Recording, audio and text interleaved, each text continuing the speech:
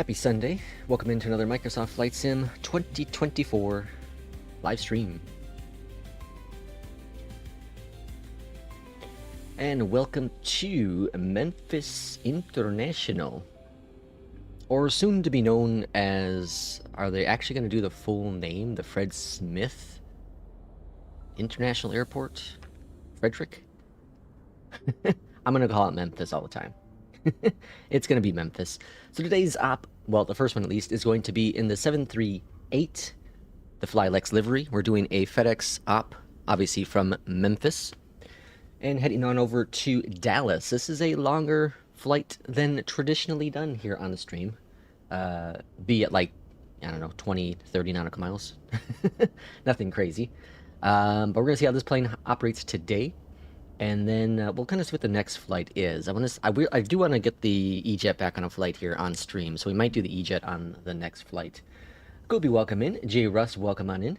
Random, welcome in. And Pilot, welcome in. Captain, hello, welcome on in. Let's see. Okay, I think we're ready to go. Let's go ahead and hop on into the cockpit here. We'll get rolling fairly quickly on this flight, so we can talk in the sky. Okay, let's go over here first to the EFB and go to electronic flight bag, request the SimBrief information. And then up here at the top, we're going to go ahead and get the battery on, ground power on, all the way at the top, navs, heat, and then we're going to get some lights. Now, I did throw on the, what's it called? Boris sound pack back on, because there's a new trick that I found out about thanks to Missed Apex, and that is you just got to copy over two files, well, pretty much copy over a folder and all this grant. So far it's only one test, but so far I haven't had the trim or flap noise stop working, so that's good.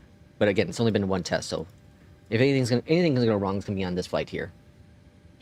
I see random's having issues with setting the reversers. He's got the Bravo. Let's see, don't have the Bravo, so I'm not sure. However, I do have the Captain pack. It's not SPAD issue, I don't think. Let's close the guard on the battery. Let's see, 6 Yankee 5 Victor, welcome on in. Happy Sunday to you. Okay, getting that. So random. Well, you're using SPAD. I don't know what the SPAD is. I know you got, with the default flight sim, you have to use the hold reverse thrust. That's the old trick. Okay, let's go ahead and get ATC, shall we? Memphis clearance, FedEx 1471, ready to get IFR clearance to Dallas. To Dallas. Just pull the trigger on the WinWing. Oh, the PAP-3, really? Excitedly waiting on the Rosefire 737 overhead panel. Yeah, that's kind of what I'm interested in, honestly. I do have the Airbus, you know, just a little panel. But I'm interested in, like, the smaller Boeing one. I'm sure they'll make a small Boeing one as well. 18 right. They changed the runway. Departure frequency 124.65. Squawk 5722. Although I don't know if I'll get it still. Like, I don't know. There are some peripherals I find that I just don't use. And so that was kind of like the EF, what's it called? EFIS. The EFIS I don't use a lot. And it's one of those things where I knew I wasn't going to use it, that's why I didn't purchase it right away. Now that PAP-3, I'm really, really interested in that one, but I haven't quite decided, like, if that's really what I want to get or not. Okay, let's see. We're going up to 300. Execute. And then N1s. Let's go ahead and get our performance. That's going to be over here, and that's going to be 18 right for departure. Import, calculate. 2 and 34. Whoops. Oh, I didn't put the... Okay, let me go back here. 4 here. I gotta change the altitude, I think. Flaps 5. CG is set. Okay, performance. And then we're gonna verify our altitude. Yeah, so we're only climbing up to flight level 300. Okay. Then departure, we're expecting the Child's 5, or is it called, is it Child's 5? Children's 5? ANSA. Execute. Arrival in Dallas is 13 right. Via the Zulu, right? Serve 4. And fuel. Few. Okay, got that all in the box. Let's go up here to the top then. Let's go APU is on. Close the guard box like Random said. Yaw dampers, fuel pumps. Hydraulic pumps. And I think we're golden. Back over here to the left-hand side. Let's go and release the ground power. Captain slowly becoming a Boeing convert. I think J. Russ as well. The days that I've been hoping for to see J. Russ come on over to the dark side. Looks to be coming to fruition.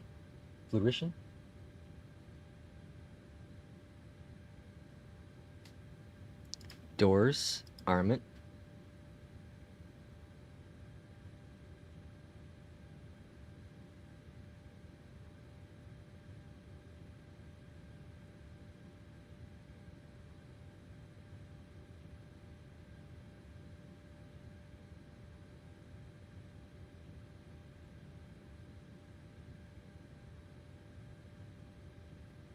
Okay, doors are all armed. That's good.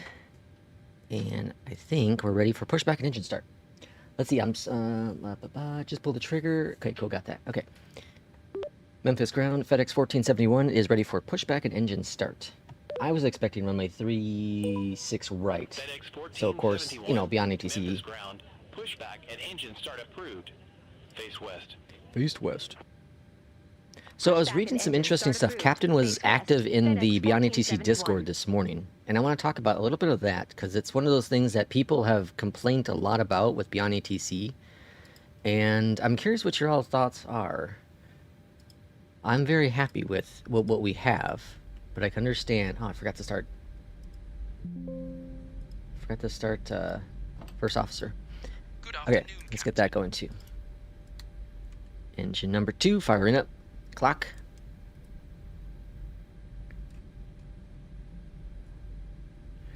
So one of the things is he has talked about the biggest issue with Beyond ATC is some airports don't have proper taxi instructions. So it will say something like taxi at pilot's discretion, or it will give you a weird kind of taxiway.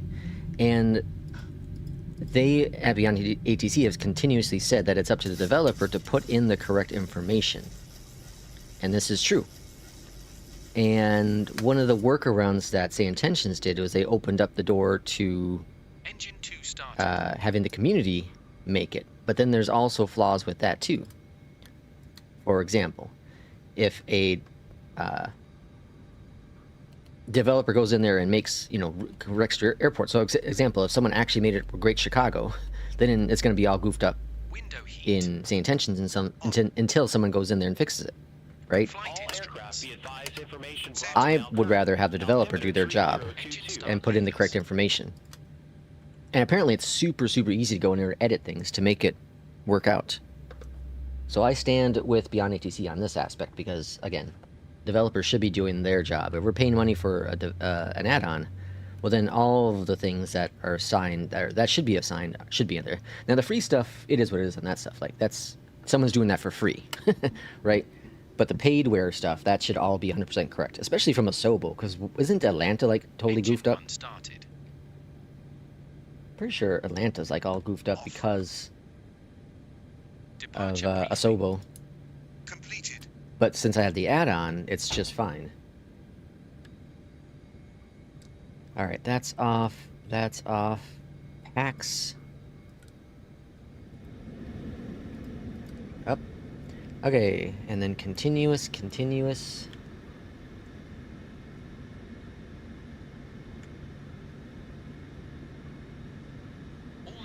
stabilized. Let's see. Let's see. I'm not able to download the Flylex for the since I. Oh, since yeah, the art marketplace. Yeah, yeah. I don't think there's any workarounds for that either. Well, legitimate workarounds. I've read about on Reddit. There are ways to make things happen. I'm not gonna. That's no stuff. Let's see what else we got. If this flight works well after I get the throttle set up. God, it's making my head. Let's see. If this flight works after I get the throttle set up. Are you gonna try? What are you still using? SPAD? Just use the hold reverse in the default sim. Neighborhood, welcome in. Memphis ground, FedEx 1471, ready to taxi to the active. I might also, let's see, I might also convert if, let's see, if it ain't Boeing, then I ain't going. Jesus. That's awful. P2, welcome in. Can't sleep, can't wake up, I'm a zombie. I'm sorry, P2. Runway 18 right. Yeah, I go through it every so often. Sierra. Just the night struggles. Hold short runway 18 center. FedEx 1471. Checked. Where the hell are we taxing? Yankee Alpha, or no, Yankee Delta. Charlie, no, Sierra. What? Where are we going? We're going. Alright, I don't know where we're going. Yeah, I know, no idea where we're going. Okay, let's just throttle up. So I know we're at least exiting here. I think we're going. I thought we were going right, but I think we're going left. Oh, there's Sierra. Okay. I think I know where we're going now. I wasn't sure if it was going to bring us Generators. To the north, or if we're going to go down south. But it looks like we're going north. On. I mean south. Anti-ice. Set. Welcome to the new world. Isolation valve. Auto. Engine start switches. Continuous. All right, so we're taking Yankee here, Recall. Checked. all the way down to Auto brakes. Rejected takeoff. Delta, which is right here. Flight control test. Full left. Full right. Full forward. Full back. Neutral. Did it say to hold short? Neutral. Can't remember. Checked. I don't think so. Taxi lights.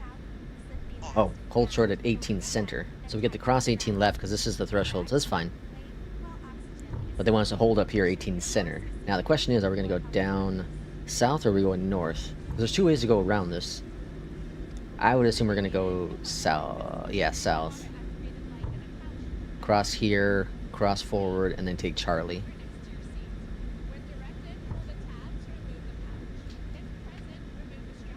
Oh no, we're not holding here. We're taking this. What's going on here?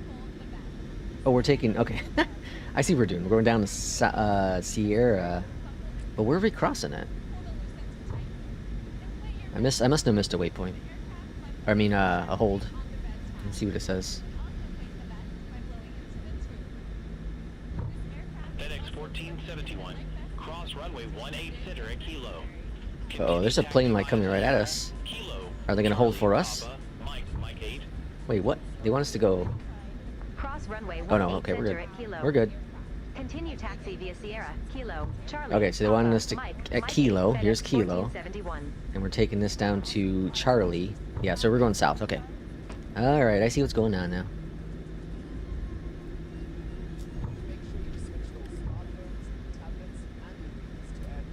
All right, so we're gonna take a left here.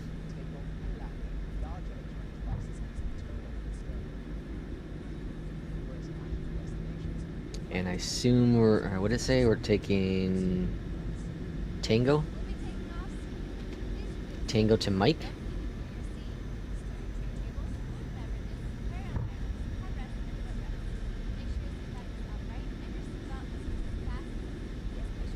Kind of got to do a back taxi here. If I had known they were going to change the runway, I would have just parked where,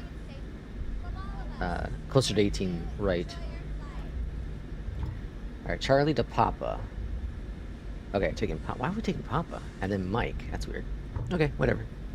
Okay, what we got going? King, God, I can't talk. King Bob, welcome in. Good morning. Captain says, isn't Navigraph coming out with a taxi assist sometime like... Yeah, hopefully sometime in the future. Soon-ish. That was announced longer than 6 months ago now. I think, right? Wasn't that... Well, that was at the expo. That was in June. I guess 6 months. Give or take a couple days, but about 6 months. They never set a date on it, though. I'm really excited for it, and it's supposed to have Beyondatc integration with it. That's the only reason why I renewed my Navigraph subscription. Because I was using the LIDO charts that are built into 2024. My only issue with it, and I've said it many times, my only issue with it is the fact that you don't get to see your plane on the taxiway. Like when you're taxiing out. I like to know where I am. Especially like someone like me who, yeah, obviously I fly primarily in the US, but like, I don't go to the same airports all the time. And then I always forget where I spawn in. Because I always try to spawn wherever the closest gate is to the runway for departure, like I did in this case, but I didn't work out.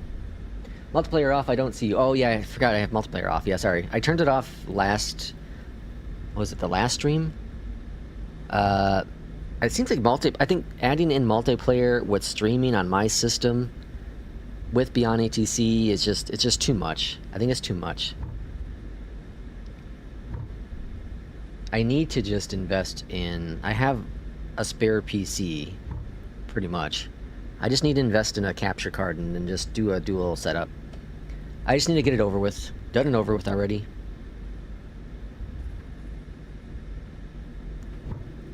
I don't want to, though. I don't want to. My Moza is just shaking like the stick shaker on. Do you have the wrong profile set up for it? So I know, for example, we had this issue. Was it the last stream? I can't remember. But anyways, got a FedEx taken off on the side there.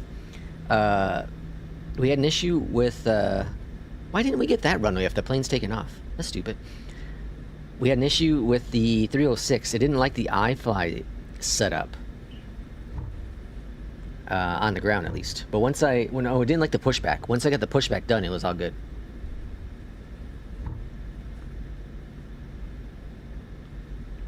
Wow, FedEx is popping this morning. Remember Jay Russ was saying in Discord how he doesn't see a lot of FedEx planes at Memphis? FedEx is popping this morning here. Now, for anyone that's using... There is a... FedEx 1471. Contact Memphis Tower 128.425. What's it called? There's a add-on. It's removed now, but if you can get access to it... There's an add-on that lowers the textures for FSLTL. But I also found that doing so does seem to make some issues happen with traffic. Memphis Tower, FedEx 1471 is ready to go. Runway 18 right. Takeoff runway. Checked. Checked. Flaps. I'm gonna try to use this Tony 737 with the AB9. I don't know if that's a good idea. Isn't the Tony only for the yoke? FedEx 1471. Notified. I think Tony's only for yoke. Check the lights. Unless I'm wrong, maybe Tony does make one for the AB9.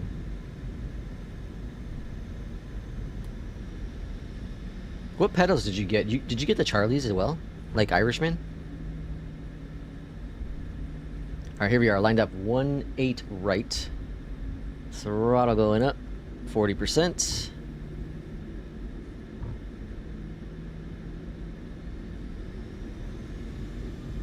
Toga, let's go flying. Thrust set.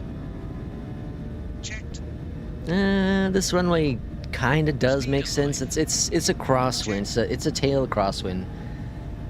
I'm sure they're in real life they're using 3s. 80 knots. 80 knots. Checked.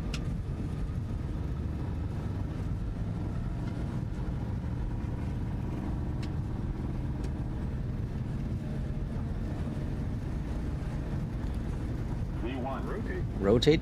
V1. Rotate. Positive rate. Gear.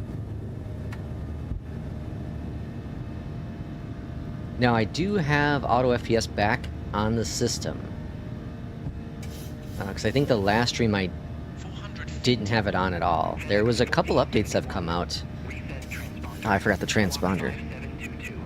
5722. I knew I forgot something. In the box. FedEx 1471. I knew I forgot something. Our RTO is off. Flaps 2. 1471. Contact Memphis departure. Contact Memphis Alright, departure. flaps up to FedEx 1. 1471. Have a good one. Flaps 1. And let's go LNAV, ENAV. FedEx 1471. Good morning. 1,900 feet. One of the peripherals I love the most is my FCU. 1471. Memphis departure. Radar contact. I really want the Boeing PAP-3. It's just so expensive and it's so big. 5,000 feet. FedEx 1471. What's really nice about the Airbus FCU is it's just a tiny little footprint. It works really well with the setup I have. But I really want it. Flaps up.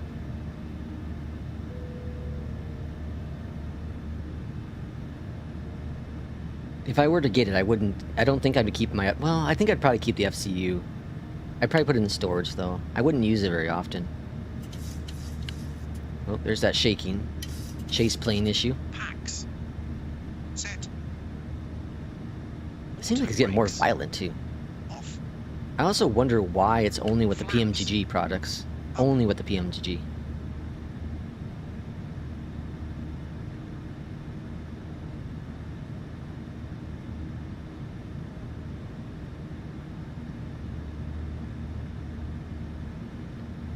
Alright, up on 5,000 feet. Looking good. Alright, beautiful. Looks like the weather's gonna be great on this flight. Darn near perfect. It's rare we've been getting these kind of flights. I did a flight last night after work, and I thought it was gonna be a good weather flight, and then we got into, where did I fly into? Reno, Nevada. And it was, you know, low visibility. It was, of course, a night flight, and it was also raining. Oh man, I forgot to tell y'all, but okay, so I put it in Discord when it happened. It was on what day was that? Thursday or Friday? One of the 2 days. But anyways, I think it was Thursday.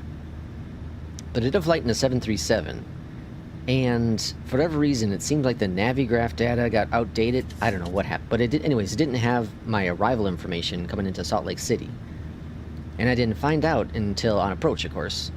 Well, it wasn't approach, it was cruise. It was during cruise. Anywho,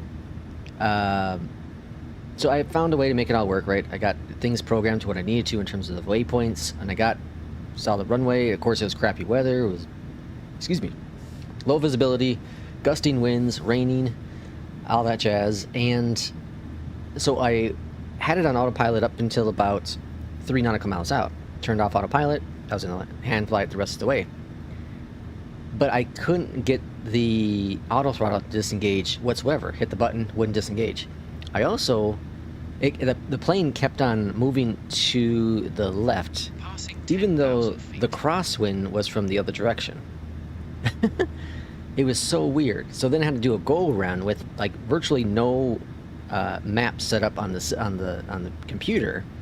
So I had to go off the Navigraph, and then of course Beyondatc to redirect me, which was fantastic. I was still blown away that I got a 10 on NewSky with that flight, but unfortunately APL was not as friendly with that at all. Let's see, what else we got going on in chat here? The AB9 and the AY210 are meant to be interchangeable with the profiles. Yes, I have the Charlies. Are they really? I don't think they are. Where'd you hear that from, random? I was told they are not. Yeah, the AB9 and the AY and the AB, I thought they were different profiles. Anyone got a good 737 profile for the AB9? I use the default one, seems okay. Not sure how force feedback with the Boeing stuff. Isn't Navigraph coming out with something with the taxi assist? Yeah, Electronics is allowed. they're supposed to be. However, please remain They're supposed to seated with be. your seatbelts fastened until the cabin turns Yeah, I to the don't. seatbelt signs. That's, and I understand why, but when I had the AB9 for that 24-hour period. If I don't even know if it was 24 hours. When I had the AB9, one of the things I noticed is the lack of profiles for planes that don't have for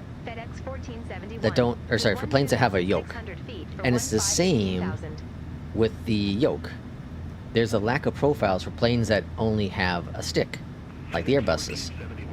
And again, I understand it, but I'm just surprised that people like myself, who are going to use it for every plane possible, you know, you bought an expensive piece of hardware, you're going to use it for everything. There's just not a lot of profiles out there. But the default ones work okay. Like I'm using the default profile. Let's see, I think I'm using the default 737 profile for the Airbus, for like the FENIX. I think that's what I'm using. Or am I using Tony? I might be using Tony's profile. I might be using Tony's profile as well. Yeah, notice that I need Moza to bring out a cheaper yoke. I would buy it. I don't think that's going to happen. I heard that they're working on like a screen or display handle to go along with the yoke. I'm not buying that. People are asking for like a Boeing style handle, and some people are saying that's probably not going to happen because Thrustmaster might have the license for that. So I don't know if it's like sport license. I would doubt it though, because you look at racing games, like, you know, there's license for all that kind of stuff, and there's building different racing games. But the thought was that because Thrustmaster has the Boeing yoke, and it's licensed from Boeing, that Boeing, or that Thrustmaster likely put in some sort of non-compete clause where you can't, you know, license it to another flight sim thing, whatever. Transition but I don't altitude. know if that is going to be the case or not. An ERJ yoke? That'd be interesting. The ERJ has such a weird handle. Such a weird handle. What was I was watching 757 Spy, and there was an ERJ pilot in there, a real life pilot, and he said, what they call it, like the knee, what's it called? What was it? The knee hitter or something like that? Knee banger. That's what it was. Knee banger. Because the way the yoke is in there, like you always bang the stick. So like the handle or the actual pole here, apparently you bang it so much. Or no, is it maybe it's up here? I don't know. Anyways, somewhere you bang it on your knee all the time. That makes sense. So I'm going to show you something that I've been working on with Auto FPS. Real quick here. So this is Auto FPS. If you don't know what it is, it's fantastic.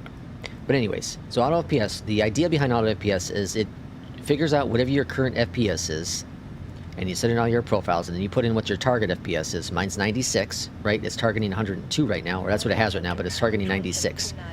So it's going to lower or increase the LOD to whatever it can to make it all work out.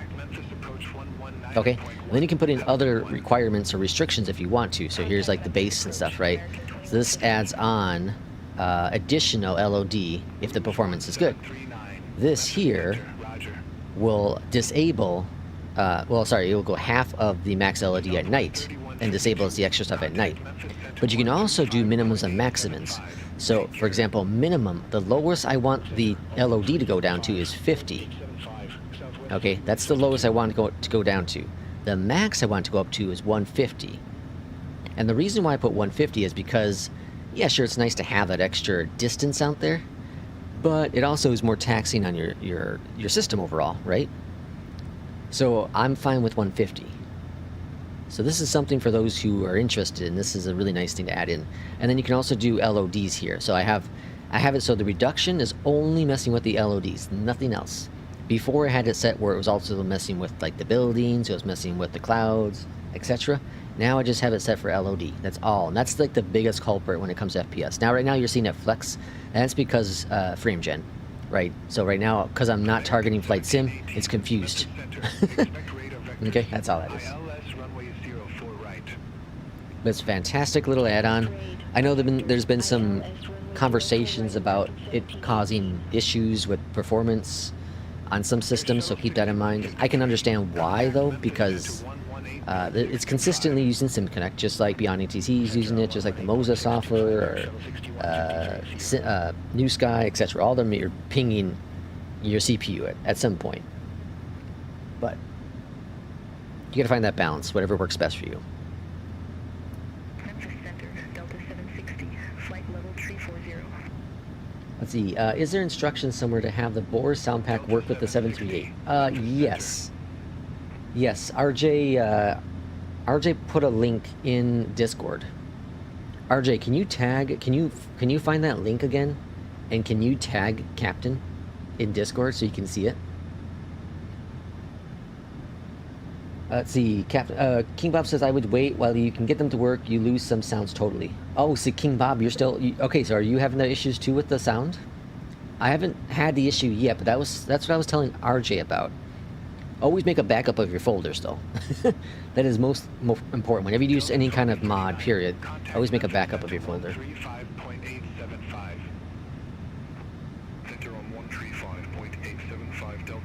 Go to your library, download a plane, spawn the runway, close the sim, try a OC3. Wait, hold on. Oh, that's how you get the liveries to work? You can get it to work with OC3? I thought you couldn't get it to work with OC3 if you had it from the marketplace. Interesting. Interesting.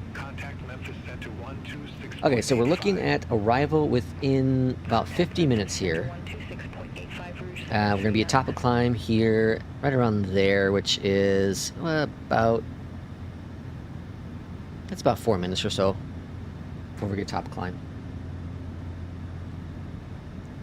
I didn't think I would do this again, but I'm going to probably end up with 20... well, I don't know, I might be short of 20 flights this week.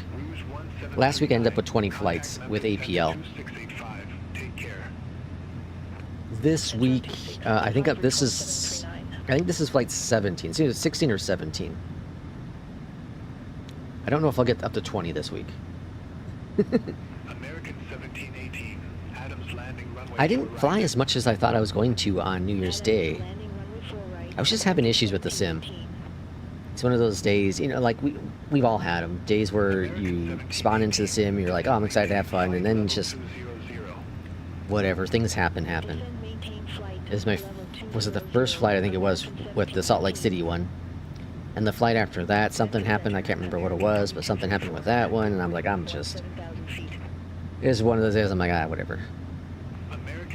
So I end up, I bought, because I had played it when it first came out, but the Avatar Pandora game, beautiful looking game, just freaking gorgeous.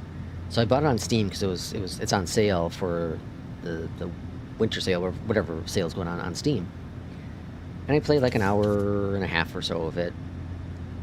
And I was trying to figure out, outside of not wanting to pay full price for it, because I knew I wasn't going to really put a lot of hours into it, I was also wondering why it took me this long, because it's been on sale a couple different times. Why it took me this long to jump back into it.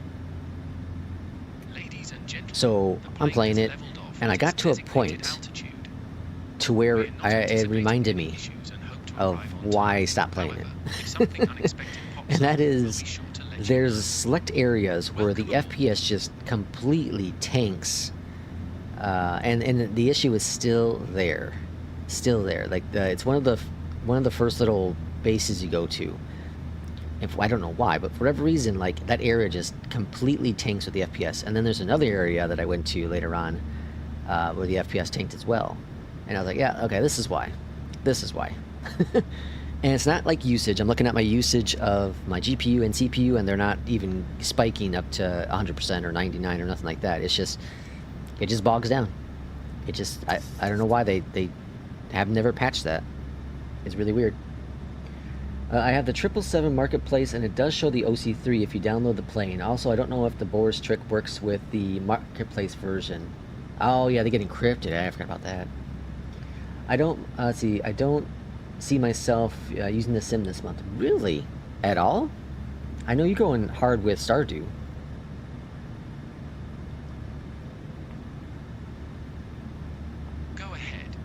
Welcome in, P2. Cabin service I just don't feel it. Yeah, I get you. Report any issues.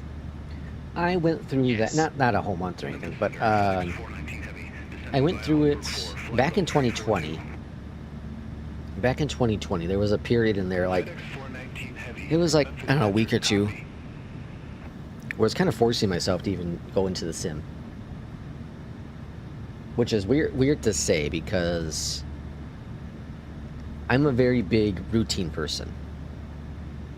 So get up in the morning, I like to follow the same routine. Get up ready for work, same routine, you know, etc. Right? Get off work, same thing, right? Routines are really big for me. And so part of my routine is when I get off work, I come home and I'll do a flight, at least a flight. But I have fun doing that. I have fun doing it. And if I'm just not feeling it, which there have been some times where I'm just like, just don't want to fly. You know, I get it. And the biggest thing is you don't, like, I wasn't feeling streaming on Wednesday or Thursday this week. I don't know, just wasn't feeling it. And I've always said I don't want to push myself to stream. I was just talking in Discord with, like, J. Russ and P2 and Irishman, I think it was, about not doing anything with streaming, like content creating, if it makes it feel like a chore, makes it feel like a job. I want to do it because I want to do it, right? I want to have fun. I want to talk with you all. But I just was not feeling it Wednesday or Thursday, so I'm like, I don't want to stream. Because then I just feel like I'm just doing it to do it, and then I'm gonna, because I did that in the past when I first got into streaming, you know, content creating, streaming and stuff. I was doing it just because, like, well, you're supposed to stream every day. You're supposed to have a consistent schedule. You know, you're supposed to do all that kind of crap, right? And like, no, like, I'm doing this because I just want to have fun. Whether I have 1,000 people watching or if I have 8 people watching, like, it doesn't matter to me because it's fun. Bro got brainwashed by Stardew Valley. When it becomes a job, bad news. Yeah, King Bob. Exactly. I just love having fun, having these conversations on stream, showcasing products and planes and whatnot. And then, you know, the cool part about all this stuff is, like, also when like, you know, right now you all are the viewers, right, on the stream. But you're also able to provide knowledge and feedback to everyone else who's watching. For example, when on, what day was that? Friday, I think it was Friday. I was at work, during lunch I was watching 757 Spy. And in there someone was asking questions about APL. And I was like, oh, it's perfect timing, because I love APL. So I started making my comments in there about APL and this, that, and the other. And the person ended up buying it. And then the person ended up watching one of my videos because they were searching on YouTube for APL and they found my video. And so I thought that was great. That's where that communication, that collaboration within the communities works amazing, right? Where we can all learn from each other. Just like today, RJ is providing knowledge, King Bob's providing knowledge, Random's asking questions, right? You know, like, we're all able to share this information without having a community. Without having a stream or Discord, or, you know, people would then go onto Reddit and ask the questions, or Facebook, and, you know, it's either going to be good people or bad people, right? It's a roll of the dice. When it becomes a chore, then the focus is different. Exactly. I've always said I never ever want to make streaming or make content creating a full-time job. Part-time gig on the side is just fine with me. Just fine with me. To be fair, APL added a new motivation. Along with on-air NewSky, I keep my flying fun. Yeah, see, and that's something that, and see, that's something you should think about as well, P2, is J. Russ was saying it as well. And that is, change planes. Change planes. Learn a new plane. I think that's where the fun for me has always come in. I can remember all these different planes, right? Remember when I jumped into the 350 after not being in it for a couple months? It took me a little bit to get there, right? But once I started clicking the buttons, I'm like, okay, yeah, this is my flow. This is how I do things. The same thing's going to happen with the MD-11. I'm patiently waiting for the MD-11 to come out in 2024. And I've been considering, even today, I might, after the stream, jump back into 2020 version, and in 2024, and kind of just get myself back up to speed with it, because I have a lot of fun with that plane. But like jumping into CRJ, into the ERJ, and to the 738, the 777, the FENIX, the 306, or go GA, P2. You can go to GA and just fly little planes for a little bit. The coolest thing about flight sim is the ability to learn so much more, or go crazy and get the MD-11 or sorry MD-80 and learn the MD-80.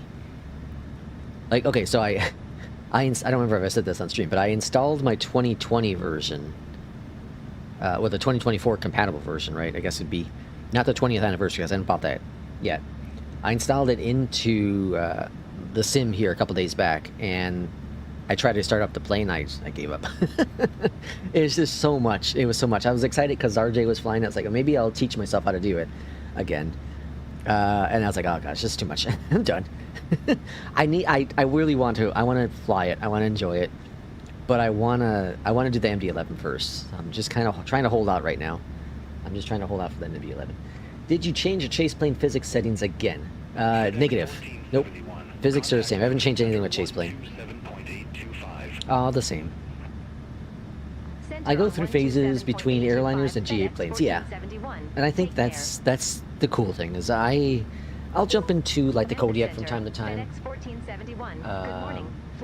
I know the Kodiak is getting a pretty good update here for 2024 soon. Well, sometime down the road. And that's what I'm super excited for, so I'll probably jump back into that. I don't know if there's any other GA aircraft as of right now. I know the Comanche just had I think it just had an update, right? A big 2024 update. And a good pricing for the update. Memphis Center, Delta 760, flight level 340. I'm trying to think of this. I can't Delta 760. think of any other. I know I know P2's waiting for the PC-12 NG. It's the NG, right, P2? I know you're waiting for that plane. That might be a plane that can get you excited again for flight sim. Obviously, for me, I'm waiting for the 220, and then the MD-11, and then, of course, the iFly update to all come out. But that's all the same plane. I guess in terms of new planes, the Neos, but I don't know. Neos are the same, though. Neos are, they're the CEOs, just newer. I guess the 220, and then a final version of the EJET, which, again, is still the same plane, but, not bugs.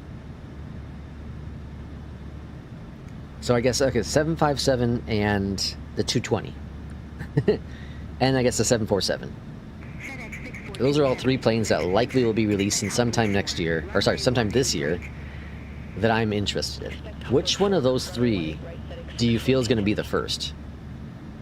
Okay, so we have, what'd I say? The 220, the 757, and the 747. Which one of those three planes will be first? I'm thinking it's going to be the 757 from Bluebird. I bet you that's coming out first. Then I think it's going to be a 220, and then the 747 will come out sometime in the fall. That's my guess. Is the current MD-11 supported in 2024? Not supported, but it works.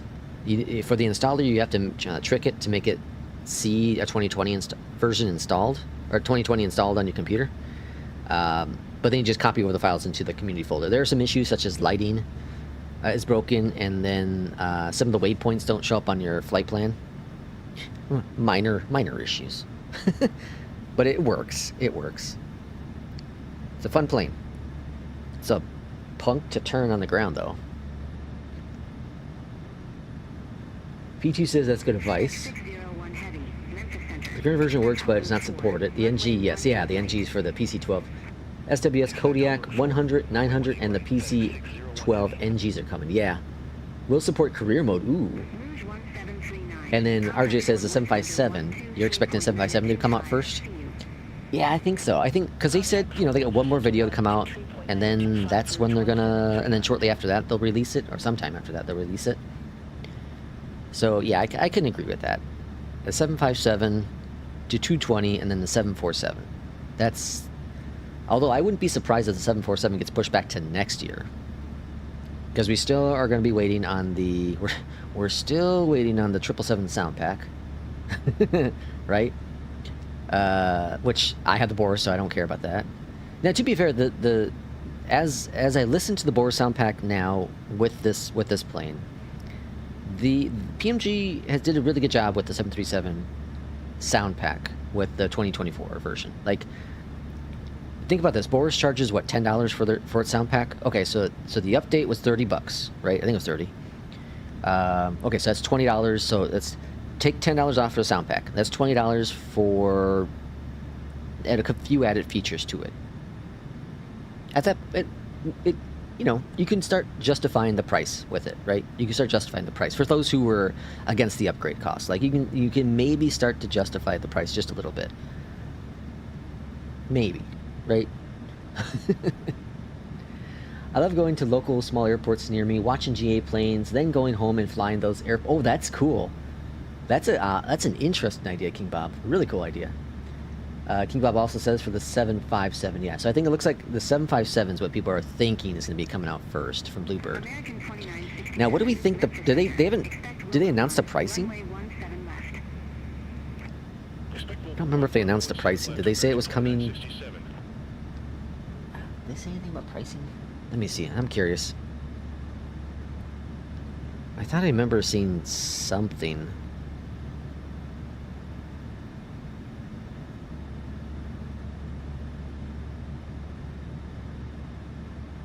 Oh, yeah, they did. Okay. Hold on. No, they didn't. Did they? Oh, they released the pricing way back when. Okay. So $80. Jesus. But it includes both variants, the 200 and the 300. So that's not bad. $40 a variant.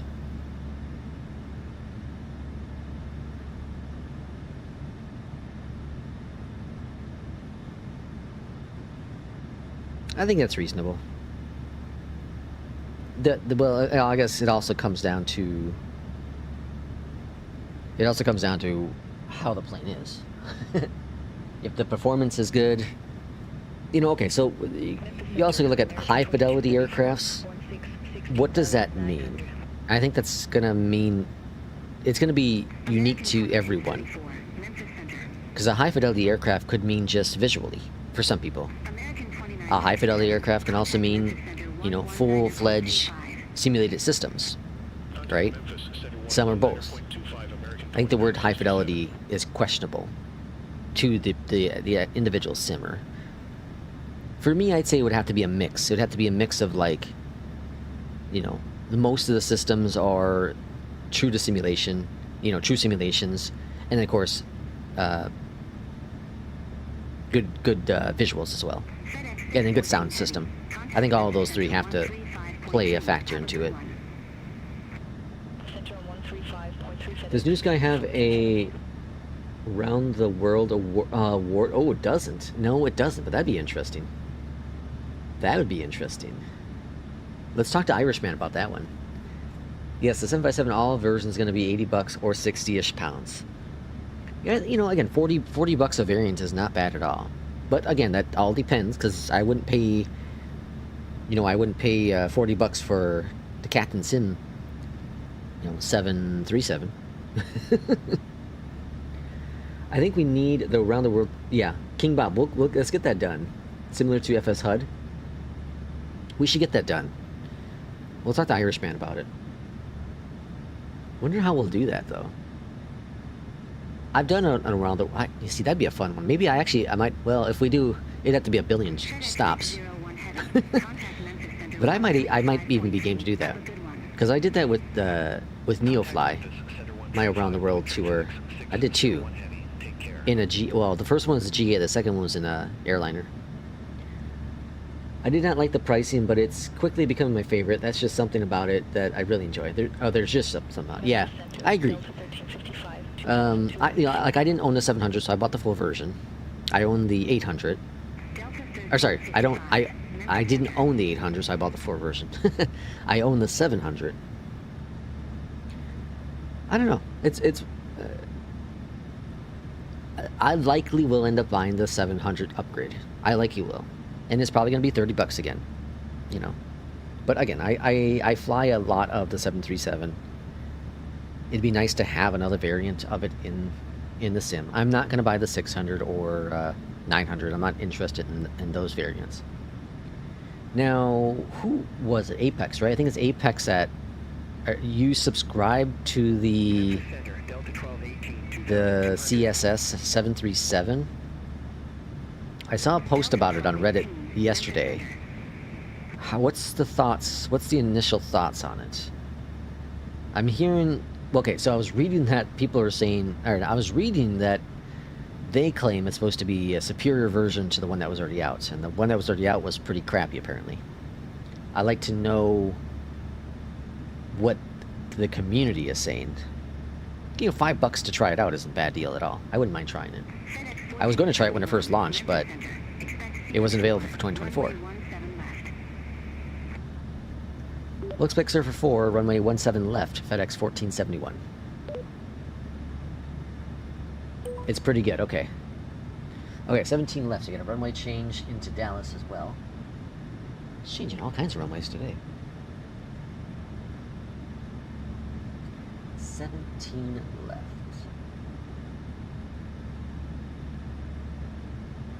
Okay, so radios are 1175. Delta 760, Memphis Center. Expect Wilbur 1, runway 17 left. Alright, let me go down here and change this as well so I don't forget. 17 left, execute. Alright, that's all good. Clear that. That's fine.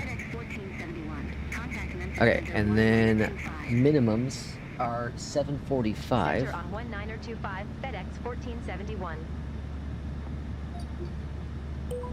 Memphis Center, FedEx 1471, flight level 300.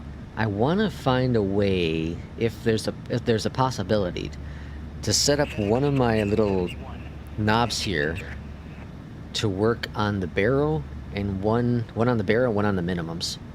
I want to try to set that up.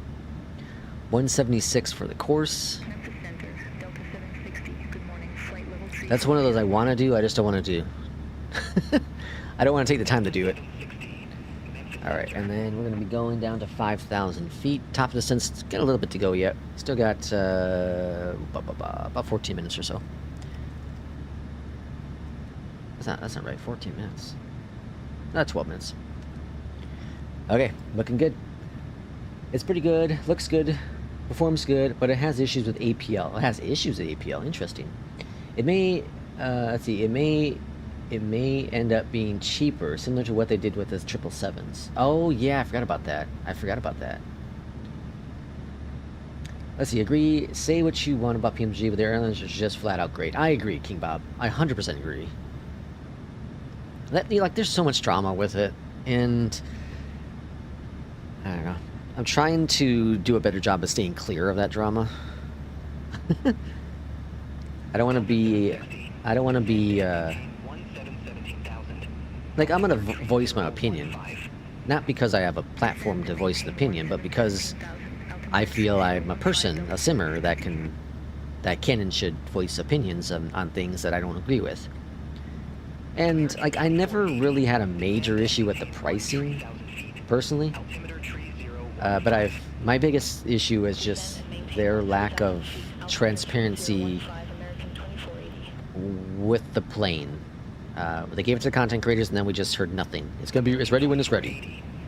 It was a very long time.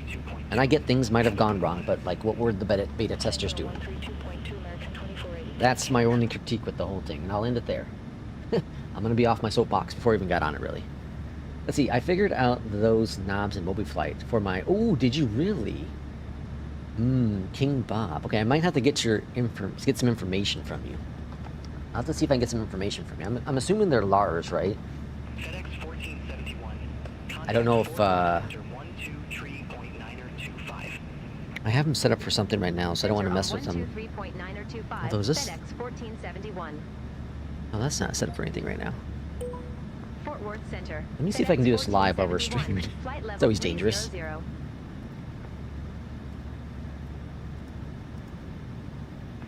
1471, Fort Worth Center. Alright, so here's Mobiflight, and so this is someone's profile that I got. I think this is, shoot, what's his name? He's a Beyondatc user. Can't remember his name right now. This is his profile, I'm pretty sure. Let's see if we can find. So, dude, I thought there was one for the EFIS. We got range, but those don't work, right? Yeah, ranges don't work. Okay, so you got range, EFIS. Good morning, Fort Worth Center, Delta ILS, 760, blah, blah, blah, blah. flight level 341. Barrow. Okay, here's the barrow. So it's whatever is currently set up's not working for the barrow. So we click on the edit here. You can see there's no input information on it. So we can scan. Okay, so there's right. So now if we can go in here, there's EFIS and it's increase. Okay, is that gonna work? And then we'll try decrease. Edit. Maybe it just wasn't set up right. And this is gonna be decrease. Is that working? Oh yeah, cool, that's working. Haha, okay, cool. So I can save that. And then I want to set something up for what? What's it called? What's the barrow called? Oh, that's barrow. I want to set up minimums. What can I do for minimums though? I can't do that one right now because I have those set up for buttons. But I wonder if there is one set up for the minimums. So I guess these just weren't. Hold on. Barrow. Okay, yeah, then this is for that. Okay, yeah. I see what's going on. I think this was set up for the other, for the left, and these are for the. And I have the right. Or which one do I have? I can't remember. I'm gonna see if I can figure out the minimums here next, but I can't do it right now because I want to use the minimums. I have a. I suppose I can clear it out right now. I don't want to take a chance. I'll try that later. Okay, let's go. At least I got that working. Maybe let's see. I figured out that those knobs in Mobiflight. Try. Okay, I got that. Yep. Use the EFIS range 1 through 320. EFIS barrow encoder. Oh yeah, for that, yeah.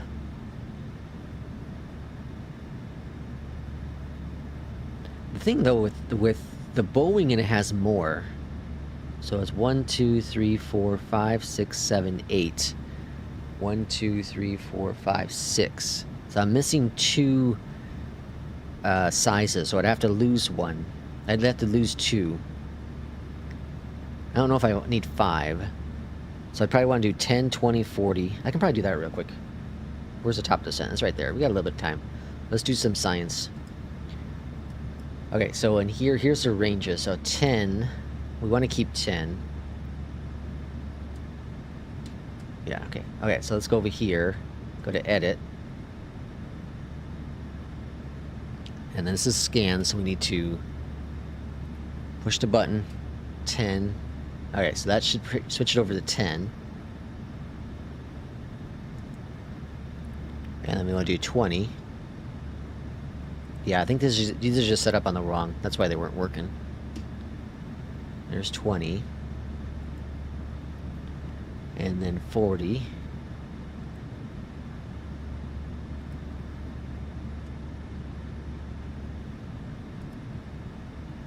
And then 80.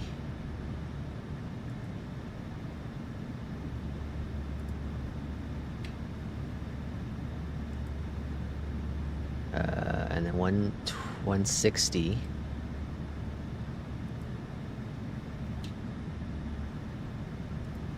And then the last one's 320.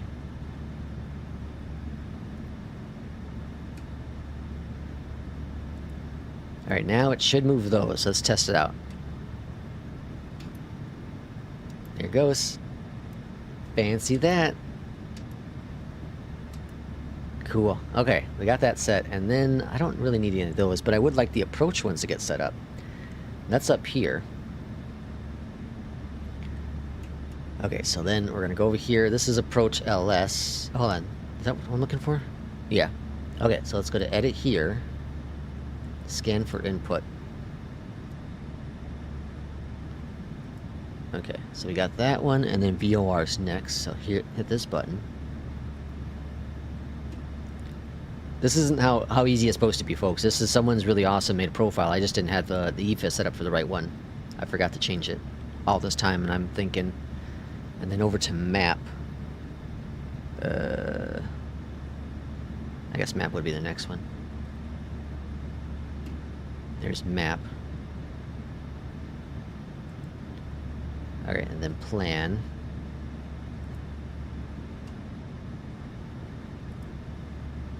And then waypoint. Hold on. Then airport.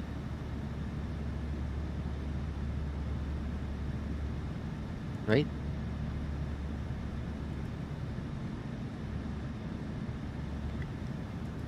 Okay, so now does that work?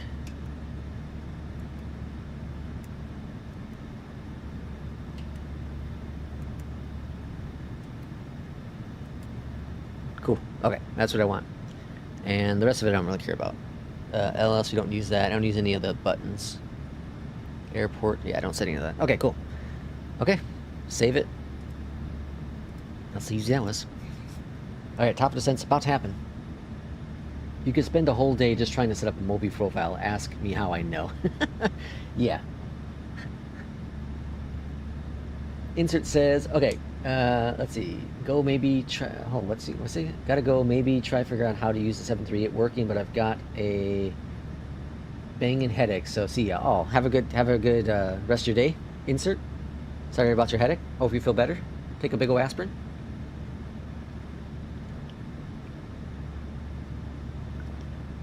There's a movie called, oh, what's it called? Oh shoot, Blue Streak. It's called Blue Streak with Martin Lawrence. Came out early 2000s, I think it was. Anyways, in there he's like,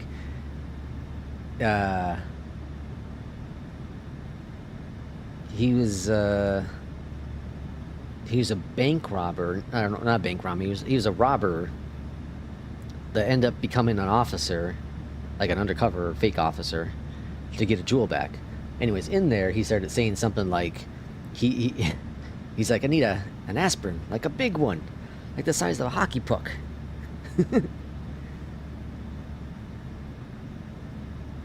All right, top of descent any second now. And so, okay, the weather in Dallas, we got broken at 250, broken at 300, so, or 30,000, sorry. All right, we got their descent information, perfect timing. P2 says, I'm starting to feel better now. For the moment, I'm considering canceling the evening appointment. Oh no, really? Well, P2, you gotta do what's best for you, right? Do what's best for you. Minimums.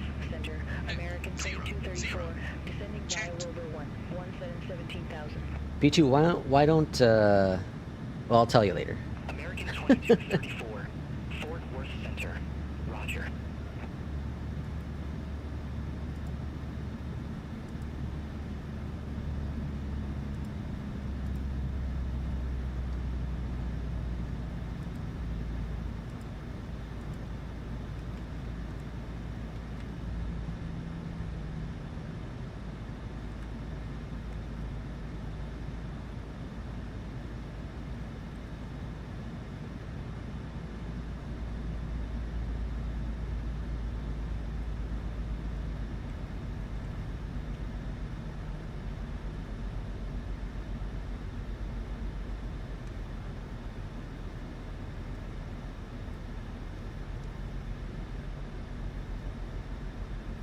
Okay, alright, making our descent.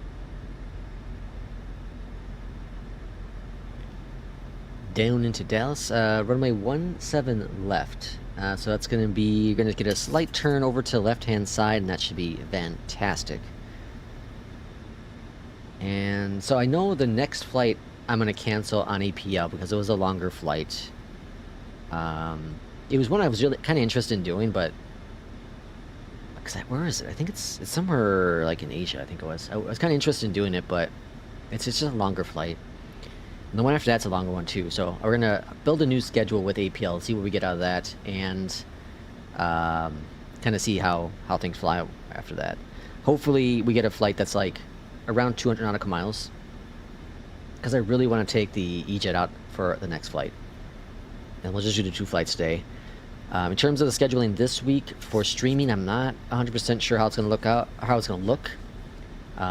Wednesday for sure. Thursday and Friday, high probability. Next Sunday for sure. But Monday and Tuesday this week, I don't know. If it happens, it happens. If it don't, it don't. That's kind of how it's going to work this week.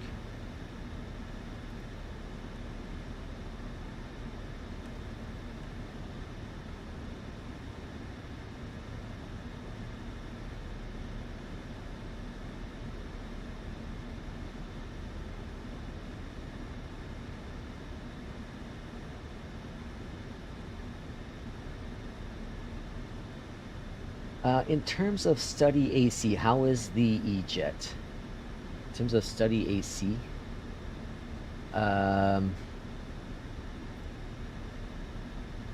okay, so the EJET's super easy to use. If you obviously you've flown the FENIX, and you understand how the FENIX flows work. I feel like the EJET's even easier than the FENIX, which is crazy. Like Airbuses are super easy to fly, but I do feel that the EJET's super simple. From the flight deck, we've started in terms of like a study aircraft, though, in terms of like the system depths and all that stuff, well, I don't know. That it's.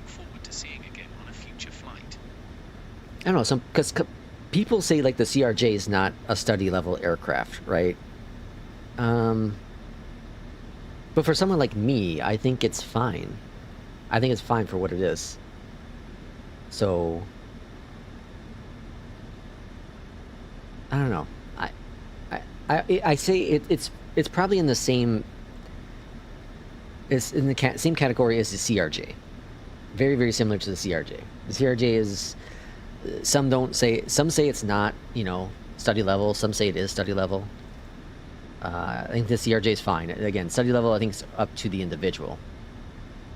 But for what it offers, I think it's fine. And people are saying like 306 is not study level. I think, again, I think it's fine. And that's where I don't know where the system depth, because some people are fine with the Captain Sim. Some people are fine with the 737 MAX from Asobo. Right? I guess it all comes down to what your study level, what that refers to. So I think it's fine. What is a study level aircraft anyways? Yeah, see, that's the thing. It's a great plane. I have fun with it. It has issues. It's experimental. I over-defend it. I know that. I very much over-defend it, but I really love the plane. I really do love the plane. If I had to buy it all over again, knowing what I know now, I certainly would. I certainly would. For me, the biggest obstacle that I've been facing with the biggest issue I get nervous about with the EJET is the WASM. I've only had the one WASM crash. But it's one of the things where if it's performance, okay, if the plane just doesn't perform in terms of optimization for the hour you're flying it, whatever, you're not getting your full whatever FPS, that's another thing. But it's when you're flying, you're halfway through your flight, you're towards the tail end of your flight, and you have that crash, the WASM crash, and you're like, oh, well, what the hell? Now you just wasted that time doing nothing, right? That's where I get a little bit more annoyed. Now again, I've only had the one, so I can't say it's all the time. That's where I get a little nervous with it. Yeah, I know what you saying. I think somewhat the same. Yeah, like, I have fun with it. I think it's a great plane. That's why I want to showcase it again, because I really do enjoy the plane. I really do. And I think I understand why people are hating on the plane. I understand why they're hating on the plane, right? It's been in development for a very long time. We've got a lot of promises that it's coming. And we get an experimental build, and some people had expectations set a little bit higher than I think you should have. Is it a plane that you can have in your hangar and go fly often? Yeah, I think so. As long as you understand that you're likely going to run into an issue every couple flights, right? It could be a minor issue, it could be a big issue. I've flown how many times with the 777, and rarely ever have an issue. But when I have an issue, it's like, oh wow, you know, like this is crap. I never have issues with this plane. That's not going to be the same case with the EJET. You know, the EJET, you're going to fly it for 5-10 times, and maybe 20% of that time you're going to have an issue, something pop up. Again, it could be minor, it could be big. It could be big in terms of WASM crash, or it could be minor where on the approach the autopilot doesn't disconnect automatically, so you have to do manually. Okay, is it an inconvenience? Yeah. Does the plane fly? Yeah. You know what I mean? The max every so often I'll have the primary flight display just go all wonky. FPS drops down, autopilot goes all weird. We've seen it live on stream here. It's a known issue. Doesn't take away from the plane. Chase plane. It's experimental, but it has a weird camera wobbly thing that happens with the PMG planes. Doesn't take away from the software, right? And I understand the name experimental is on there. I'm not defending the words experimental because I really hate being a beta tester paying full price for a product. But at the same time, for me, here's where I think, for me, it's a little different. Because I bought the EJET when it was on a sale. It was like $30 or something. That's a steal. Full price now is whatever. What's the full price for the EJET? $60? I don't know. Whatever the price is now. Transition altitude. Is it a fair price? No, maybe. I don't know. Again, it really depends on you. I think so much of all this stuff, there goes that camera thing. It really depends on you, so much of it. How do I get the autopilot to follow the flight line? Because mine doesn't follow it. In which plane, Connor? Which plane? In the EJET? Or this one? This one, it should just, you just gotta have, you know, VNAV and LNAV on. L for the following, the flight following. V for the vertical up and down. I have labeled my whole life experimental to avoid any accountability. Like any plane you hop into, you're gonna have an issue every so often. Its software is not perfect, right? Especially at the level we're on. We're not at a huge high fidelity simulator, right? We're in a consumer-based simulator. Now, if you're training to be a professional pilot and you're in a 737, well, that's different. Those are all certified, licensed. They have countless hundreds and thousands of hours to make sure everything works. It's one plane. It's also one plane, right? That simulator, well, it might have variants in there, but for the most part, it's one plane. You're not like jumping in from, you know, a Airbus to a Boeing to an ERJ to a CRJ, right? It's one plane in that simulator. That's what you're flying. Every plane doesn't follow the flight line, and it's really frustrating me. Doesn't follow. You have your system programmed then? You have this programmed? You talking about airliners? Delta 760, descend and maintain 1. Yeah, as long as you have the autopilot turned on, right? You have LNAV, VNAV set up. You have autopilot on. It should follow it. Every plane's gonna be a little different, but for the most part, that's pretty much how it works.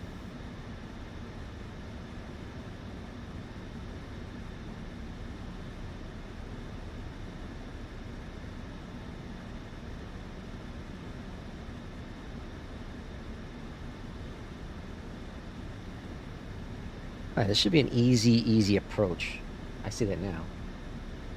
And then on landing, we're exiting, let's see, so we're going to land runway 17 right. We're going to exit to, let's see, 17 right. Exit to the right. No, hold on. Yeah, right. And then we'll just find a gate and park on there. Should be pretty simple. Let's see, I just created a flight plan on SimBrief and it doesn't work. And you import the flight plan into your FMC or McDo, right? Like in here. So if you go into your legs, do you see all this, Jess? And then you also have to make sure, so the one that's purple, that's the one it's going to next.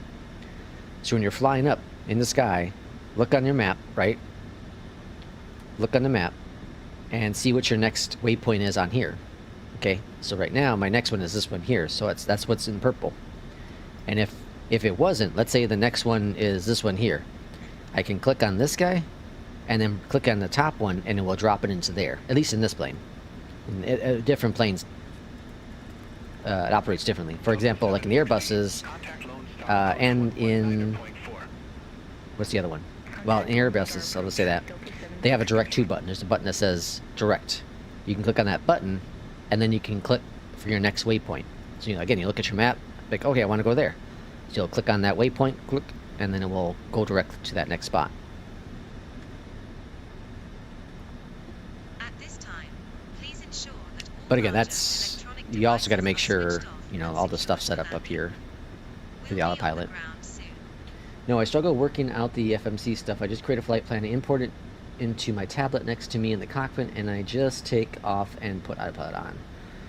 I struggle working the FMC stuff, so I create a flight plan and import it into the tablet. Oh, so you do have to... okay, it's not going to follow it. If it's just in your tablet, it's not going to follow it.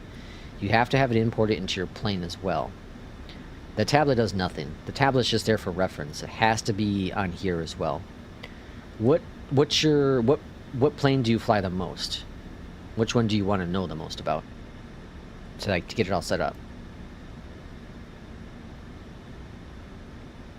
Yeah, the tablet is the tablet has to be it's separate from the system. Yeah, like the computer system in the plane. Oh crap! I forgot to turn off. Oh man. I forgot to turn off the landing lights and taxi lights after 10,000. Contact Lone Star approach. FedEx 1471. Ding them those Take points. care. Does APL track that? Or not APL, does NewSky track that? Lone Star approach. FedEx 1471. Okay, so the Max. Are you using the iFly Max, or are you using the default Max? Altimeter. Set. Landing lines. On. 17 left. Altimeter Taxi 3015. Expect the visual approach runway I would assume you're 17 using the left. defaults. FedEx 1471. The default Max, right?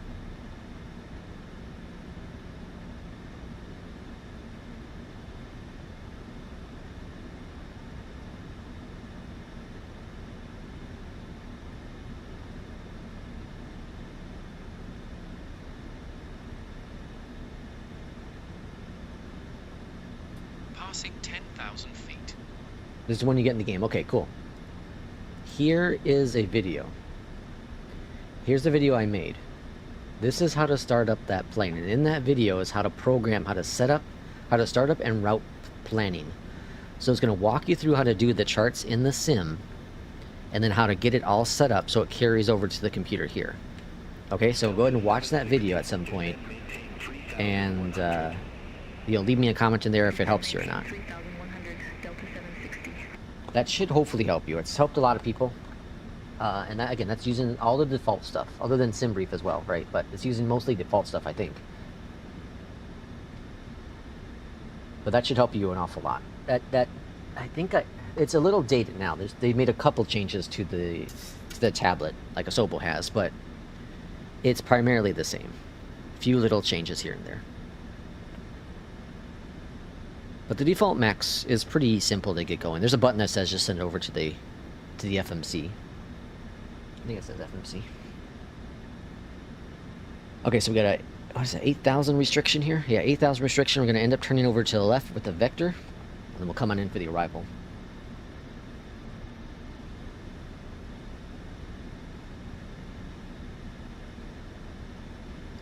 Come on into the arrival. Now, Dallas is a little heavy on the FPS. Last time we were here, I had a duplicate airport. So I had the generic Dallas, and then I also had the Imagine Sim Dallas installed. That has since been rectified. And I've been here since off stream, and it's been fine. So, in theory, all should be just fine.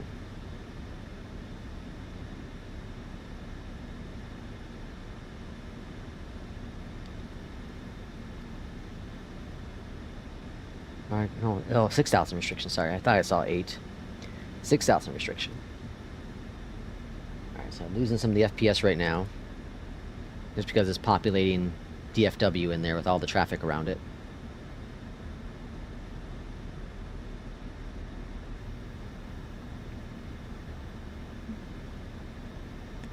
3015 for the altimeter. 30. Oh, it's really nice to have that working again. Like I said, the next thing I will work on is the minimums here. If I can get the minimums to work. I have a knob I want to set it up with on my MTQ, the Moza MTQ. See if I can make that work. That'd be cool. Although I wonder, I won't be able to turn it real fast, and like on here I can hold down on it.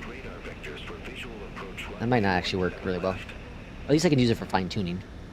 Lead yacht heading 205. 205. Vectors for visual approach runway 17 left. FedEx 1471. That's a heck of a turn. Why would it be? That's a heck of a turn. I know we're got a little bit to go yet, but it's like 3 miles. That's a heck of a turn to the left.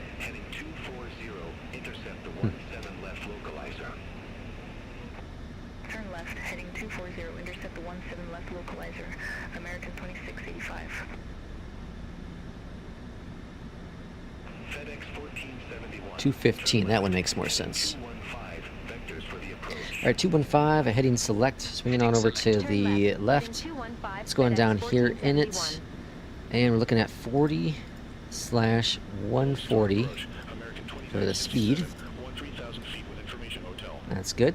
Making that turn on over.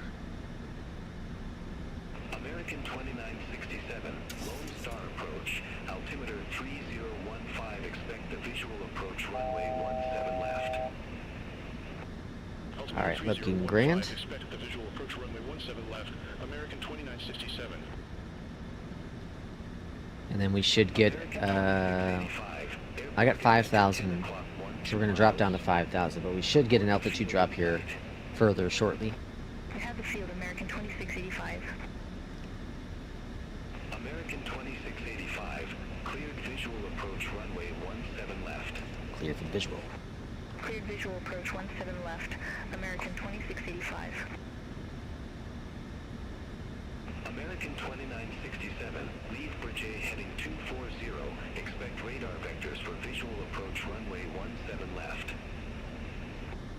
Lead BRJ heading 240, expect radar vectors for visual It's a little dark and gloomy here. American 2967. I thought it was going to be a little nicer out. I guess all the broken clouds, I guess it makes sense, but I don't know, I thought it was going to be a little nasty, or a little nicer out. Over to tower 126.55, American 2685. American 2967, fly present heading, descend and maintain 1000. Okay, so at our waypoint up here, that's going to put us... Fly present heading, descend and maintain 1000 feet, American 2967. What is that one? That was Inwood. So we want to be at 3,000 feet there. Seatbelt signs on. Ladies and gentlemen, we will begin our descent. Okay, so vertical speed. Descend and maintain 3,100 feet. FedEx 1471. Let's go down 1,000 to start off with. We'll keep our speed where we are. We're 18 nautical miles out. Alright, so 1,000 would be too much. Let's go about 800 feet. Field in sight, Delta 760. Alright, that should look pretty good. Gonna watch our speed. All's looking grand there. Minimums are 745. That should be no problems. Got our VREF set in there, 140. Or sorry, 40 with the flaps, 140 on the speed. I've been using flaps 40 recently, more in the 738. And I noticed that I've gotten better landing rates with it. I don't feel like I come in as hot as I normally do. So there might be that difference because I've always landed with 30 in the 700. But now that I'm in the 800, it might be because it's just a little bit longer, a little bit heavier.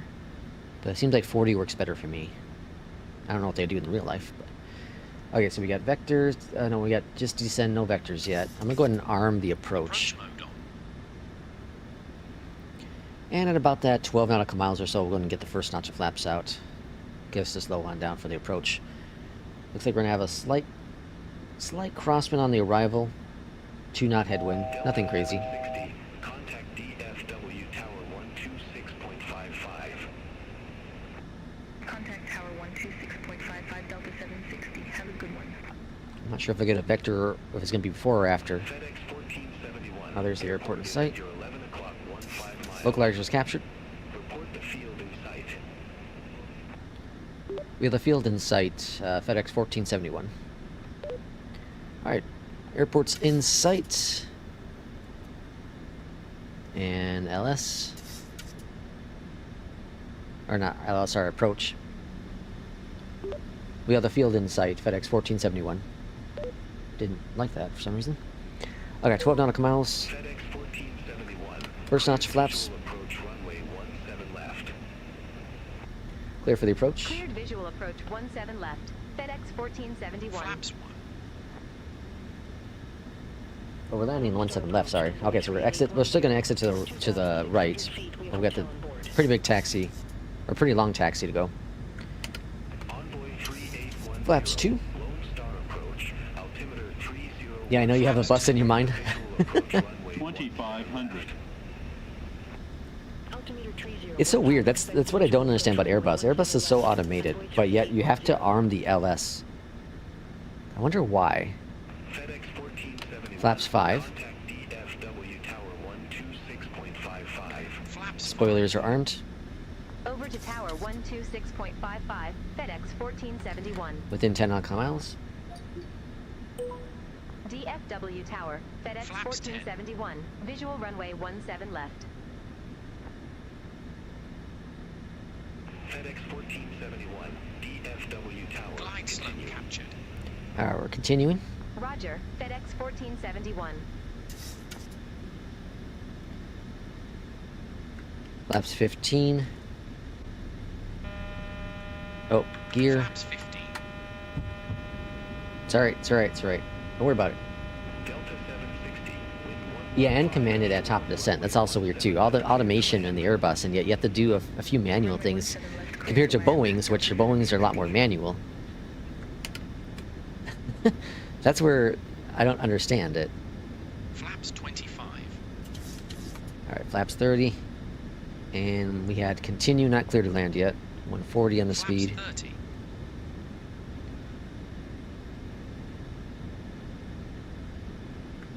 And flaps 40. You see how we're like, we seem like we're so far off the course here, but we're on it Speed brake. here. Armed. Gear. Huh. Checked. Flaps. Set. Delta 760. Exit right at Quebec 6. Alright, so there's Delta. I'm assuming we'll get clear to land here in a second. Autopilot's off my aircraft. American 2113, ready to go. Runway 18 left. American 2113. DFW Tower. Wind 1. Yeah, look at like way off. For landing. Runway There's a headwind too. 1000. The airspeed. Runway 18 left. Earn nav to land. Clear for takeoff. American 2113. I don't do +5. No, not. I don't with the yoke. I did with the honeycomb. But with this plane, or sorry, with the Moza yoke, I don't. Wind 115 at 4. Runway 17 left. Clear to land. All right, we have a major Runway 17 I can't say the clear word. to land. FedEx 1471. Discrepancy. There we go.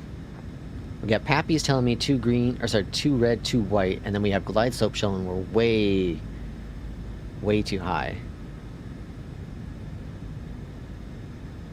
I think we're just fine. This is why you never trust just 500. one of them. Never trust just one of them. 400. I think the Pappy lights are correct. DFW Tower. American 1412. 300. Runway 18 right. American 1412. DFW Tower. Wind 115. 2 approaching minimums. 18 right. Clear to land. Runway 18 right. Clear to land. Minimum. 1412. Minimums. 50. 30. 20. 10. Idle. Hold it. Touchdown. Nose is down. Reverse. Manual braking. There's that Delta.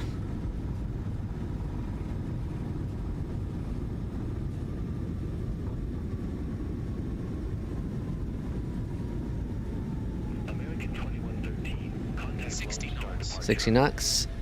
Idle. Contact Lone Star. Flaps up. Departure. Speed brake stowed. American 1412. Welcome to Dallas. right at Quebec 8. Alright, landing lights are off. Exit right. That's a at good Quebec landing. 8, I'll take FedEx it. 1471. Not bad at all. I'm getting some pretty good stutters here. I don't know if it's just because there's a bunch of traffic or what. Contact ground 121.3. Pretty sure I removed the other Dallas. Ground 121.65's FedEx 1471. Have a good day. Alright, and they're gonna give us ramp A14. Where's cargo park here? Cargo's on the other side, right? This is where I need J. Russ. We got air freight. We're just gonna park at the air freight ramp. That's up here. We'll just follow Echo Ladies and Romeo gentlemen, down. Welcome to our destination. On behalf of our captain Would you and mind the sharing entire your crew, I would like to thank chase you plane for physics? flying Yeah, of with course. us today. Always prioritize the We hope pappies. you enjoyed your flight and have a wonderful I always stay. get so nervous because one seems to be off and the other one doesn't. I don't know. That does seem the pappies seem to be a little more correct than the glide slope. Runway 3512. Yeah, I'll show you my chase plane here. Chase plane. Alright, so here's chase plane. We're going to go into groups and then pilot. Scroll on down. So I have it set in human. And then I have, okay, so I have it set for firm, which I think is default. And then I have it set, intensity is at -5. I think it's set for 1 by default, right? Touchdown's still at 1. And then here's where I made some changes. So thrust is at 0.3. Speed brakes at 0.3. Angle of attack is 0.5. I think those are all default at 1. Breathing I have set for 0.3. Look ahead's 0.5. Anticipation is 0.5. Envoy 3743. And then follow horizons 0.1. 126.55. So I'll go back up here real quick. 126.55, Envoy 3743. So smooth 0.5, 1. And then 335. And then 3551. That's what I have for my settings. I like them. I really like them. Kind of gives you just a little bit of immersion in there. Let's see. Question Lex, why does APL2 want me to turn off the taxi lights during the taxi in phase? Am I interpreting this wrong? Oh no, so you want to, yeah, I don't understand why it says that. It's so you can keep the taxi lights on during taxiing. It's just as soon as you put the parking brake on, make sure the taxi lights are off. So what I'll show you what I do here. I'm parking at cargo, but it's gonna be pretty much the same. As soon as I'm turning in to the assigned gate or parking spot, that's when I turn off the taxi lights. That's kind of my flow. As long as you do that, you shouldn't have any issues. J. Russ says, deleted GSX and I'm using Pushbacks Express from FS2 crew. What was the issue though, J. Russ? Welcome in, J. Russ, too. What was the issue again that you were having with Express? Wasn't there some sort of issue? I thought there was something. Holy cow, this FPS kind of sucks here. Runway 17 right at 104. I'm gonna kill off traffic for right now. Kilo 49er Delta 760. I think that's what's causing it. Yeah, just a lot of traffic. I can't deal with all that. Too much, too much.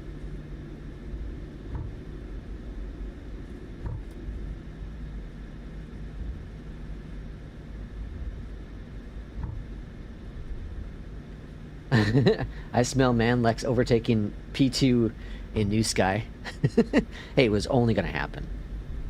Although I had, oh no, that was an APL, never mind. He has the upper hand because he only flies like 2 planes.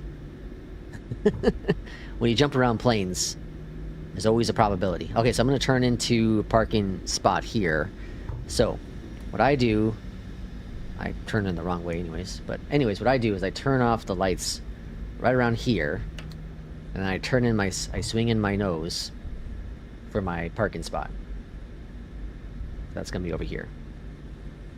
So my taxi lights are now turned off. I also turn off my landing lights as soon as I exit the runway. As soon as I exit the runway, turn off those landing lights. Because once you hit like 30 knots, that's where it's kind of, that's where it's tracking the next phase. All right, parking brake is set. Ground set the chocks. Request the power. Door management. Let's go ahead and disarm all the doors. Up here at the top, let's go ground power on. And then first officer automatically turned off that. The engine, sorry. Alright, so we'll go ahead and close out that, and let's go and check our scores, shall we? Let me turn traffic back on. Close out beyond ATC. Alright, we'll start off with NewSky first. So close NewSky, and was that a 10? 9? What? What happened? No strobes. Oh, I forgot to do the strobe lights. Son of a biscuit. Damn strobe lights. Alright, PT, you got lucky on that one. What's our scores? Let's take a look. Where are we sitting anyways? Alright, let's go. People. 9.8, 9.81. Oh, Jesus, folks. I'm so close. I'm so close. I'll get there. I'll get there. Alright, and the next flight, we're not going to be using NewSky because we're going to be doing the EJET. And then, okay, so this is the next one on the docket, but we'll kill out that one out, of course. I'm too busy farming eggs and pump. P2, how do you fish in 98? Oh, because of strobes. How do you fish in landing lights? Oh yeah, I forgot to do landing lights, yeah, and then strobe. I forgot to do strobe. Son of a biscuit. 198 on landing though. Very nice landing. How do you do fishing in like I can't seem to fish right. I can't I got only one fish so far. And then this was Memphis to Chicago, which would have been cool, but I don't want to do that in the EJET. I want to do a shorter flight in the EJET. Let's see, I installed Chaseplane, ended up uninstalling it. I just did not have time to set up the whole process because I'm really used to having the Xbox controller to move around the aircraft in drone mode. Ah, yeah, I get that. I get it. Yeah, the issue was that somehow the default pushback was still pushing. I set up a button to make sure the default disconnects. Oh, interesting. You set up a button. All right, let's go and generate a new route. Hopefully it takes, it gets a good one right away. Oh, perfect. Look at Boston to Newark. A little heavier in FPS. And this one should be just fine. Yep. I got 1, 2, 3, 4. 4 I might kill out. 2 for sure. Casper. Never been to Casper. Huh. Okay, we'll keep the schedule. All right, so the next and final flight today is going to be Boston to Newark. Boston to Newark.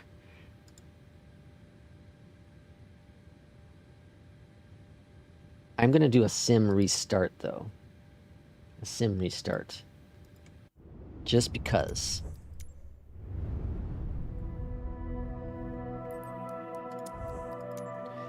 Let's see. And the P2 remains supreme. P2, my respect just keeps on decreasing. Don't get me started on fishing on Stardew. It's a pain. It's well known. Okay, so it is. Okay, so I'm just not. I'm not the smartest. What's the saying that Winnie the Pooh says? I'm not. What is it? I'm not the smartest. I'm not the average. What is it? I'm not the smartest average bear or something. Okay, so we got that closed out and relaunch the sim. Someone needs a Stardew intervention. P2 is beating you, Lex, and he is nothing more than a peasant. Jesus. That's probably related to the health issues. Whoa, those fighting words right there, man. Okay, I'm going to step away for just a few moments while the sim's loading. Be right back.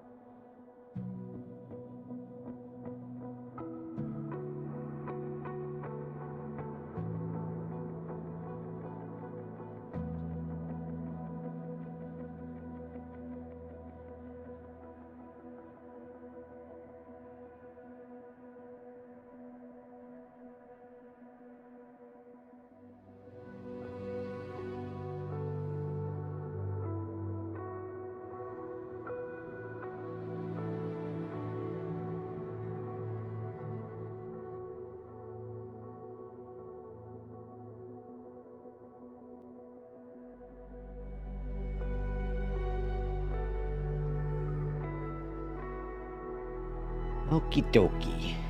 When was the last time I followed the jet? It was a couple of days ago. Okay, let's go and launch up APL.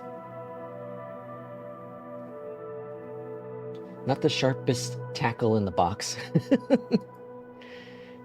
Sharpest tool in the shed. Smarter than the average. There it is. Smarter than the average bear. That's what I was looking for. Y'all are hilarious.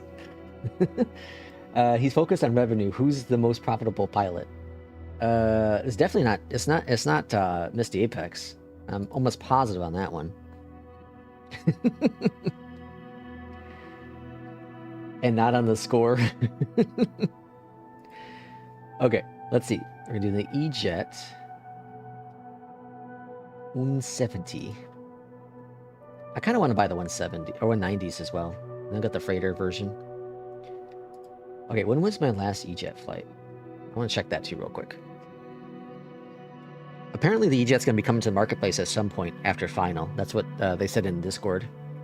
That was on the 1st. Oh wow, really? A couple days ago.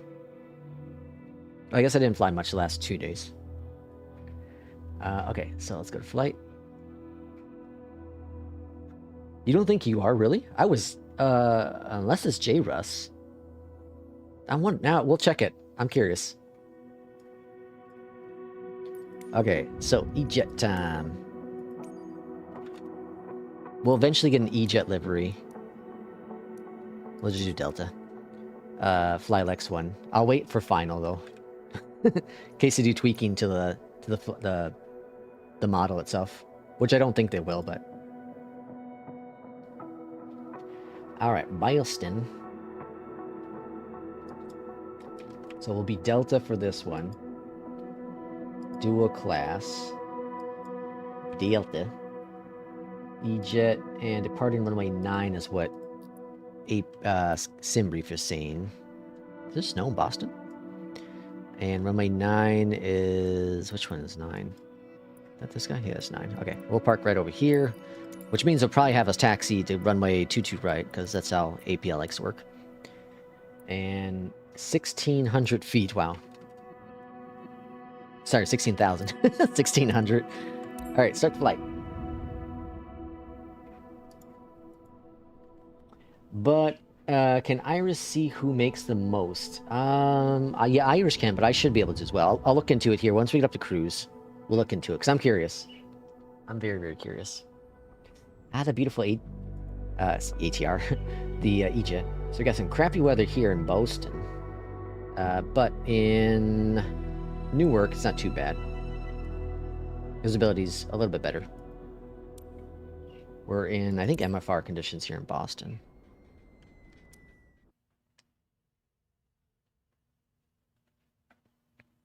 Alright, beyond ATC and first officer loaded up. Just missed it, but what EJET is the one you'll be flying? This is going to be the 170. The 170. The beautiful, little tiny baby 170. Alright, and then traffic. That's all back on. Fly like an eagle. Alright, first officer as well. So many add-ons. And then we're going to go over to the EJET. I think we're going to climb up to 5,000 initially. Get that going, and then let me change Mobiflight.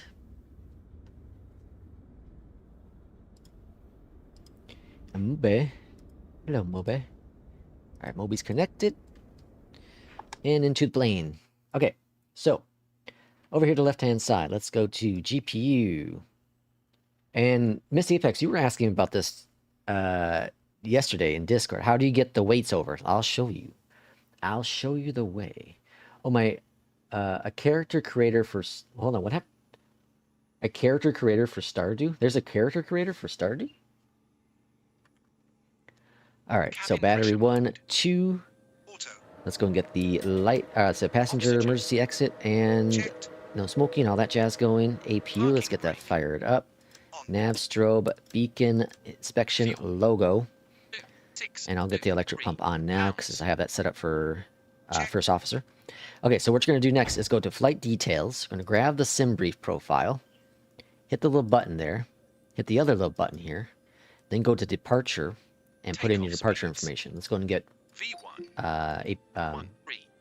Beyondatc. VR. Boston clearance, hello from Delta 3926. We are ready for our clearance to Newark. Checked. It's in minimal. Seatbelt signs. Delta Oh, the character creator. Oh boy, King Bob's messing with Stardew. Or is he watching YouTube videos? He might get sucked into it. We might lose another one, folks. Imagine that, King Bob just says, the hell with Flight Sim, he's going to Stardew. We're gonna have to start a Clear Stardew to community. Newark Liberty Airport. Runway 27. At 7 What is departure, going on? VIN is filed. Maintain 4,000 feet. Departure frequency 133.0. Squawk 1720. Beyondatc's like all over the place with Delta runways today. 3926. Alright, 27 for departure. Dry conditions. We're gonna sync this jazz. We're gonna calculate this, and right here, instant for the beginning to load to the cargo, passengers, fuel. I hit it twice just to make sure. Hit it twice. Alright, down here at the bottom, we're gonna go to route. Thanks.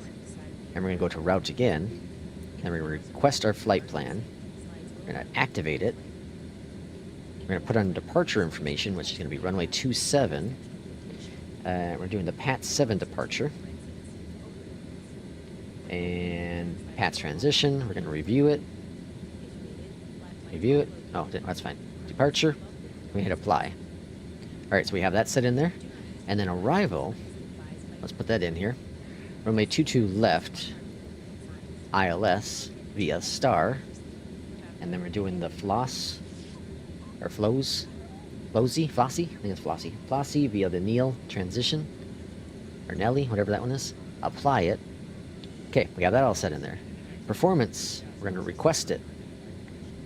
Here is our alternate fuel. And we can see our fuel on board is where? What the hell's fuel on board at? Put that over here. Fuel on board 76. That should be fine. Why is this being all bunky? Alright. And then we can go to flight plan. That's all good to go. Alright. Now we have that all set up. Altimeters are set. I'm not sure why that's bouncing so much. But it is. Alright, so we can click this off. Click that back on just to make sure. And I think we're ready for pushback and engine start at this point. Let's go to map here. Boston ground, Delta 3926 is ready for pushback and engine start. APU is available, so let's go to tablet real quick. Ground, remove the GPU, wait for it to turn blue. We're going to face the southeast. Pushback approved. Face southeast. Delta 3926. I wonder why it does this with some airports.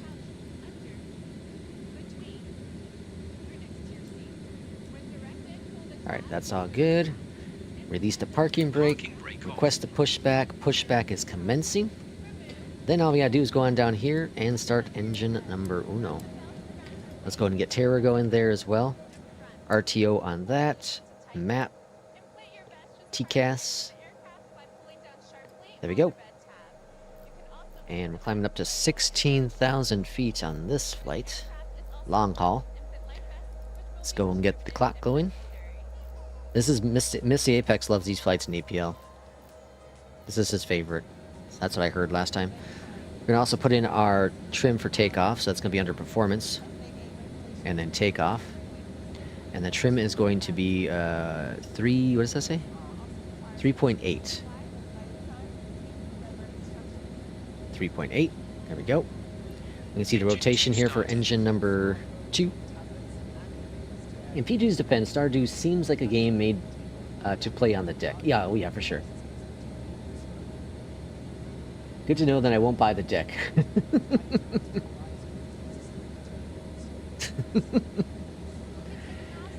Alright, engine number 2 is good to go. Engine number 1's next. And we can go and get her flaps. Flaps 1, flaps 2.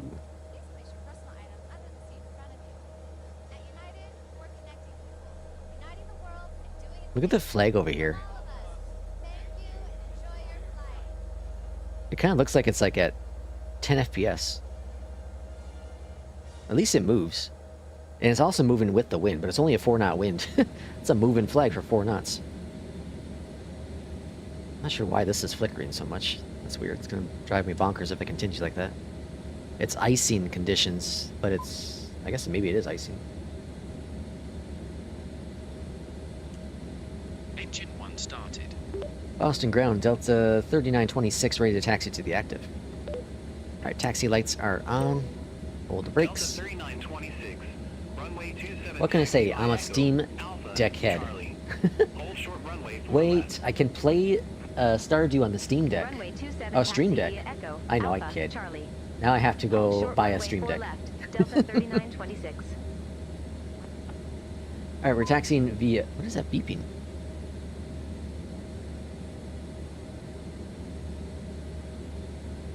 I heard a beep. All engines stabilized. Huh, whatever. Alright, up here at the top, let's go ahead and get APU turned off. Taxi lights are on. Alright, so we're taxiing via Echo. Let's see, hold on. Echo Alpha Charlie. Okay, I know where we're going.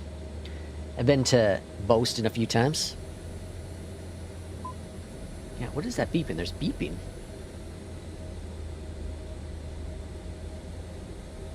Like a beep that happens every so often. Not sure what that's from. This is clearly a bug. I've never had that happen before. I guess it's not the end of the world bug, but... Alright, so we're taking this down to Alpha, then we'll take Charlie. So Alpha's the first turn here. Please switch your electronic devices to airplane mode. Larger devices, such as laptops, should be Low turned capacity. off for takeoff. You may use Oh, there it goes. smaller personal devices in airplane mode once we reach cruising altitude. What's going on? Once again, welcome on board. Make sure everything's good up here. Alright, that's off, on, stopped, armed, on, batteries. Yeah, okay, it's just a weird bug. We'll ignore it. We'll be fine. Everything looks fine. Alright, it's gone. That's weird. Okay, anywho.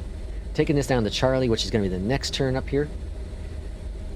Let's see, I got 10 games for my deck. Stardew and Dwarf are what I play currently. I just play free games on my iPad. I don't know what I'd buy. This is awful quiet Boston. There's two planes here. There's that plane there and the one we just passed, and there's no planes coming in. Here's Charlie. Oh, it's back. Oh boy. Good thing it's a short flight. Alright, we're gonna hold short here at 4 left. Delta Traffic on. 3926, Yeah, traffic is runway on. 4 left at Charlie. Continue taxi via Charlie.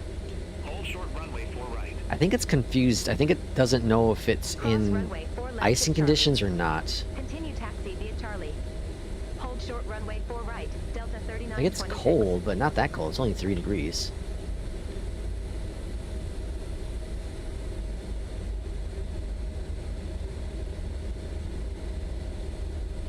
Connor says, me again, just came to ask you, what do I do about the procedure and the transition while I'm at the gate? You have flight brief, whereas I don't because I am on a console.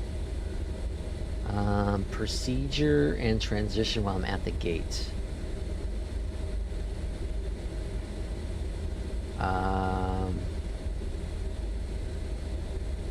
You should see that on the map. You're talking about like your departure?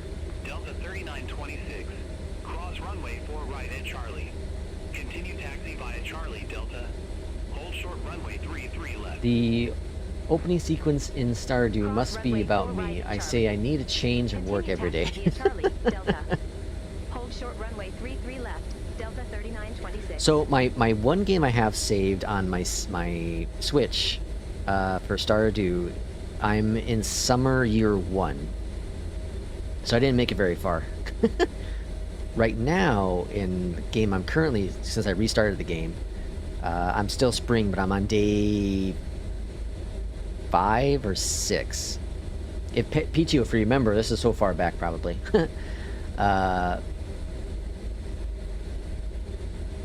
I yesterday I was going into town, and that's where 404. the old guy, Ground. Pushback and engine start approved. he had me go to the old town hall or rec center. It was a rec center, right? I think it was a rec center. 404. He was telling me about the rec center, and then there was like that weird thing that popped up, the little bug. The green dot. Alright, gonna hold short runway 33 left Delta 3926. and continue. Cross runway 33 left at Bravo. Low capacity. Continue taxi via Charlie Delta Alpha 2.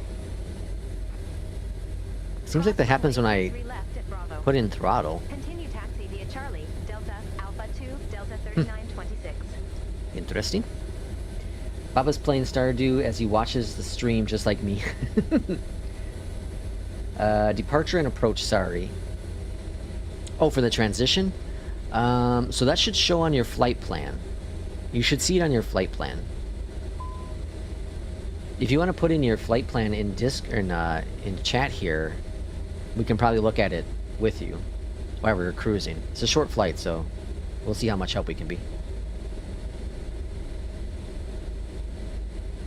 Or if P2, if you can, if you have the opportunity, if you can put get a Discord link, do it for like whatever, an hour or something like that, or one time, or however you can do it, and share it to Connor. And if Connor wants to join our Discord, and we can try to help him in Discord as well. American 404, request taxi.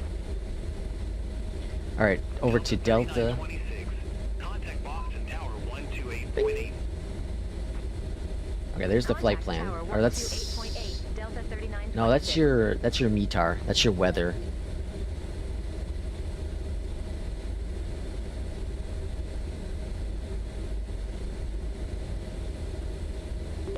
Let's see, Boston Tower, Delta 3926, ready to go, runway 27. Delta 3926. All right, landing lights are on. Wind variable. Runway Clear for takeoff. Cleared for takeoff. Runway 27, cleared for takeoff, Delta 3926. Why is there no traffic with Beyondatc? We just had 2 flights out of Memphis and into Dallas. Traffic was crazy, and now there's like no traffic going on.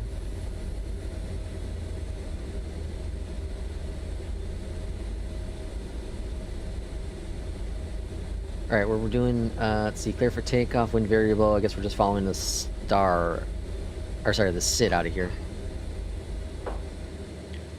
Oh, there's the plane. All right, throttle going up.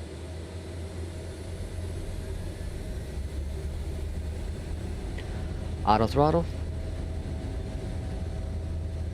And what the hell? What's going on with auto throttle? 99. Exit left at Tango. Auto throttle, please. There we go. Exit left at Tango. And let's go. 799. Wind's got a slight crosswind, 7 knots. Oh, what the hell? 80 knots. Alright, Beyondatc shouldn't have cleared me for takeoff from a 27. Knots. Bridgemark 5799.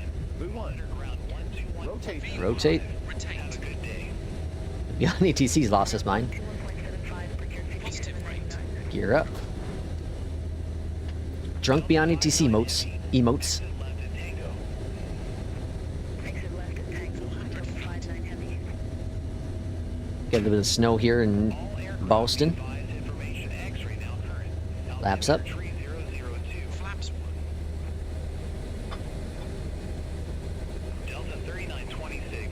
Contact Boston Flaps up. departure. Over to Boston departure. Contact Boston departure, Delta 3926. Alright, why do we have a hold here? Acceleration altitude. Boston departure, Delta 3926, 1,700 feet. Let's go direct here. Delta 3926. Alright, that should solve that problem. Day, radar contact. Climb maintain 10,000 feet. 10,000. Climb maintain 10,000 feet, Delta 3926.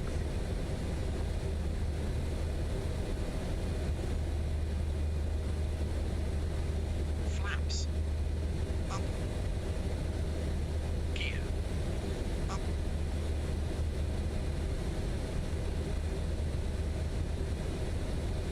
Alright, just gonna hand fly it. It wants us to go is trying to get us to climb, so that's why the flight director's really low here.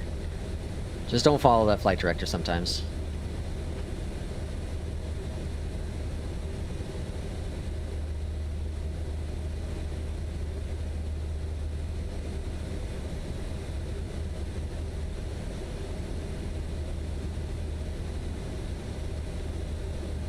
I don't know why there was that hole. That was really weird. I've never seen that before.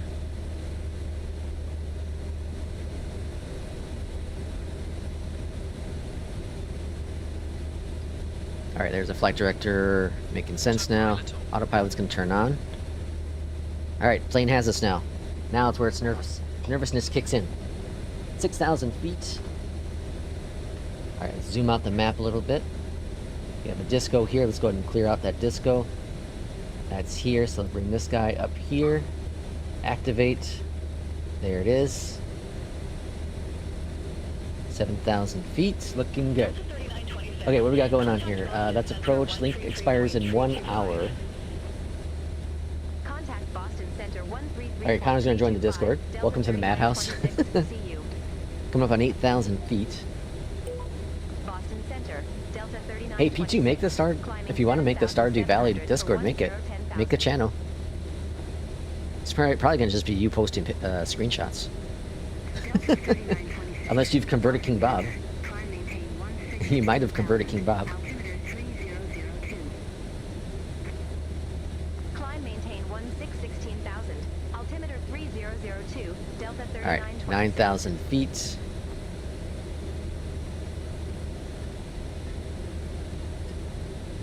Alright, remember to turn off the landing lights on this one, so at least I don't get another crappy score with APL. And we'll check the NewSky stuff here in a second. Alright, 10,000 feet. Landing taxi lights are off. Climb up to 16,000 feet. Looking good. Okay, let's check out NewSky, because I'm curious who is the most profitable. I'm sure I can see that.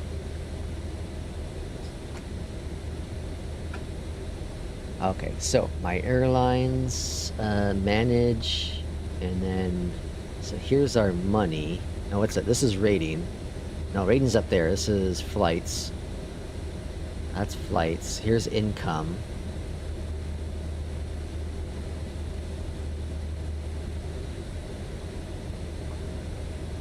Okay, let's see. So pilots.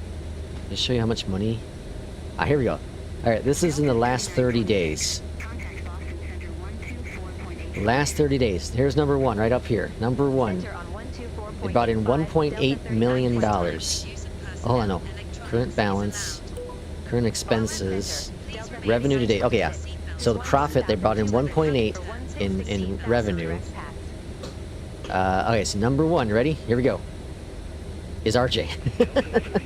Missy Apex is number one with revenue. Number two, by 500,000 is me. So RJ has me beat.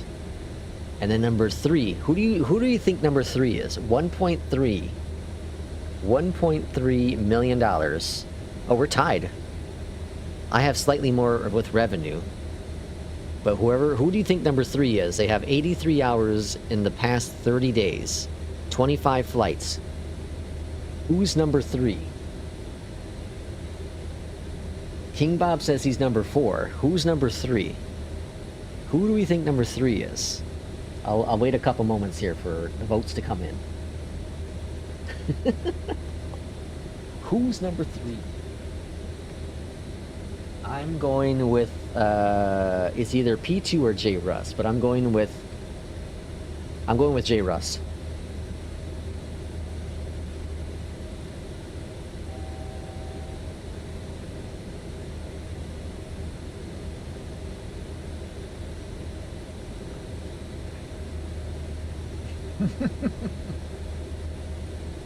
Not P2. Ladies and gentlemen, we have now reached our cruising altitude. Conditions look favorable, and we anticipate an on-time arrival. Should anything change along the way, we'll be sure to keep you informed. Thank you for choosing to fly. Look at the with us difference in today. hours. In the last 30 days. in the last 30 days, Missy Apex has doubled my flight hours. And if whoever number 3 is has almost 30 more hours in flight time. Those top 4, who dat with the highest rating? Ooh, that'd be it. Oh yeah, who's the high? Oh, that's me. Oh no. Oh, who the number 4? All right, let's uncover it here. Ready? J. Russ is number 3. Okay. With 9.7 with the score, and then number 4 is King Bob. Number 4, King Bob has the best rating in the past 30 days. All right. Just slightly. Oh, who's Chicken? Chicken's got a 9.9. Chicken has the best rating in the last 30 days out of the top 5, but top 4, King Bob has it. King Bob's brought in $1.6 million in revenue. Exec 922, turn right, heading 350, climb maintain flight level 340. That's pretty good. All right, so we know who makes the most money. That's RJ. Number 2 is me. Number 3 is J. Russ. And number 4, King Bob. Close that with number 5 with Chicken. And P2's number 6, looks like.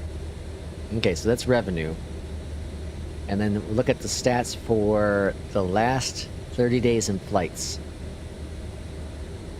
Total flights in the last 30 days. I have the most flights at 62. How's that possible? I had the most flights at 62. But then this is Misty Apex at 52. I have 10 more flights than Misty Apex, but he brought in more money than me and done more hours. And then number 3 is who? King Bob. King Bob has the 3rd most flights in the last 30 days. And then ratings, well, we saw that, but this is last 30 days. No, is this all time? Yeah, ratings is all time. Rating is all time. Okay. These just say 30 days next to it, but rating is all time. Okay. So P2 has 8.1, then King Bob, then me, and then J. Russ. I mean, then RJ and then J. Russ are tied. That's cool. All right. RJ has the win.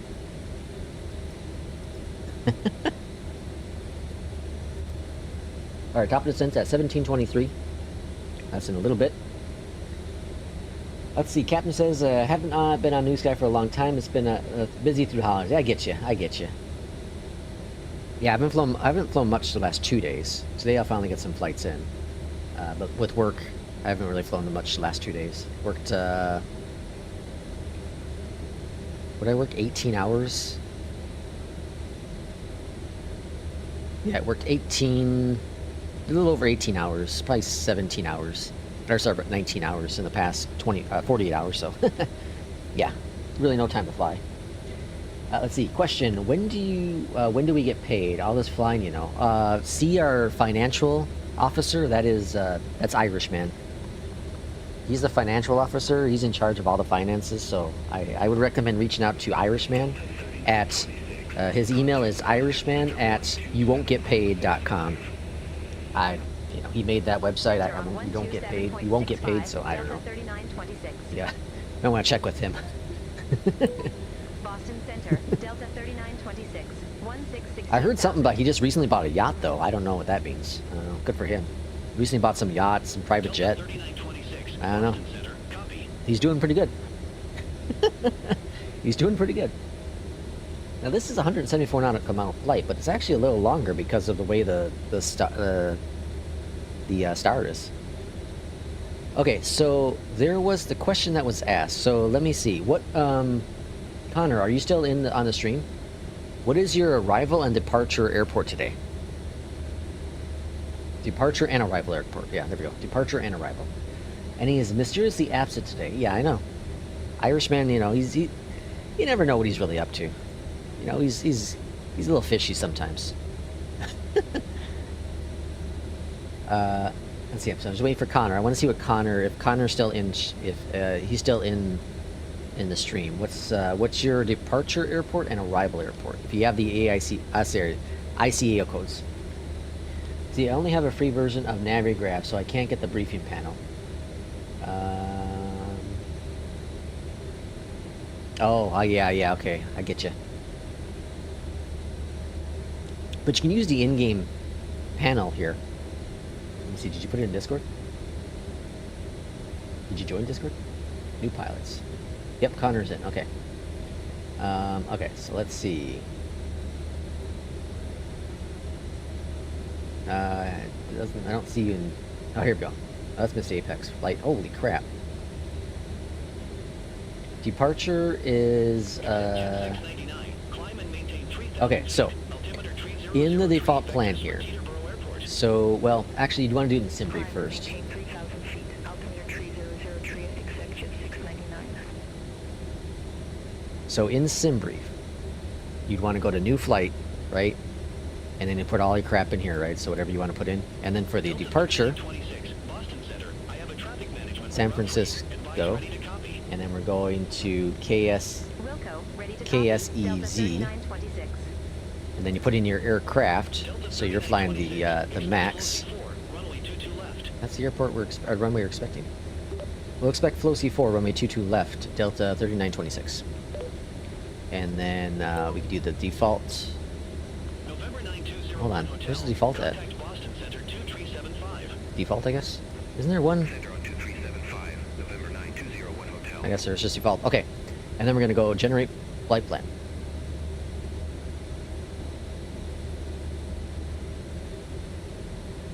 Okay, this is going to give you your, if you have a star, and give you your SID. So here's our flight plan right here, right? Here's our flight plan. I'm going to copy this. Well, I'm just going to put this on the side. Over here. Okay. So bring that up there. Oh, I can't do them both. Yeah. Okay, that's fine. Okay, so anyways, so we have our flight plan. So in our little EFB here, we'll go over here to our route, and we'll put in a departure route, our departure airport, which is KFSO, right? Put in our runway, which is 28 left. Okay. So we're seeing on here. We're seeing on here it says 28 left, right?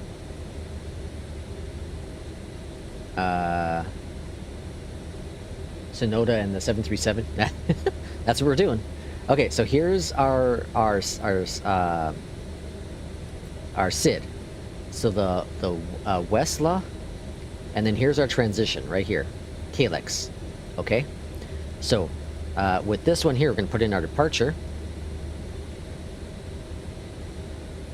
So we're gonna go ahead and find Westla 5, and transition is right here, Calyx.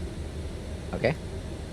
So here's our SID, Westla, transition, Calyx. All right.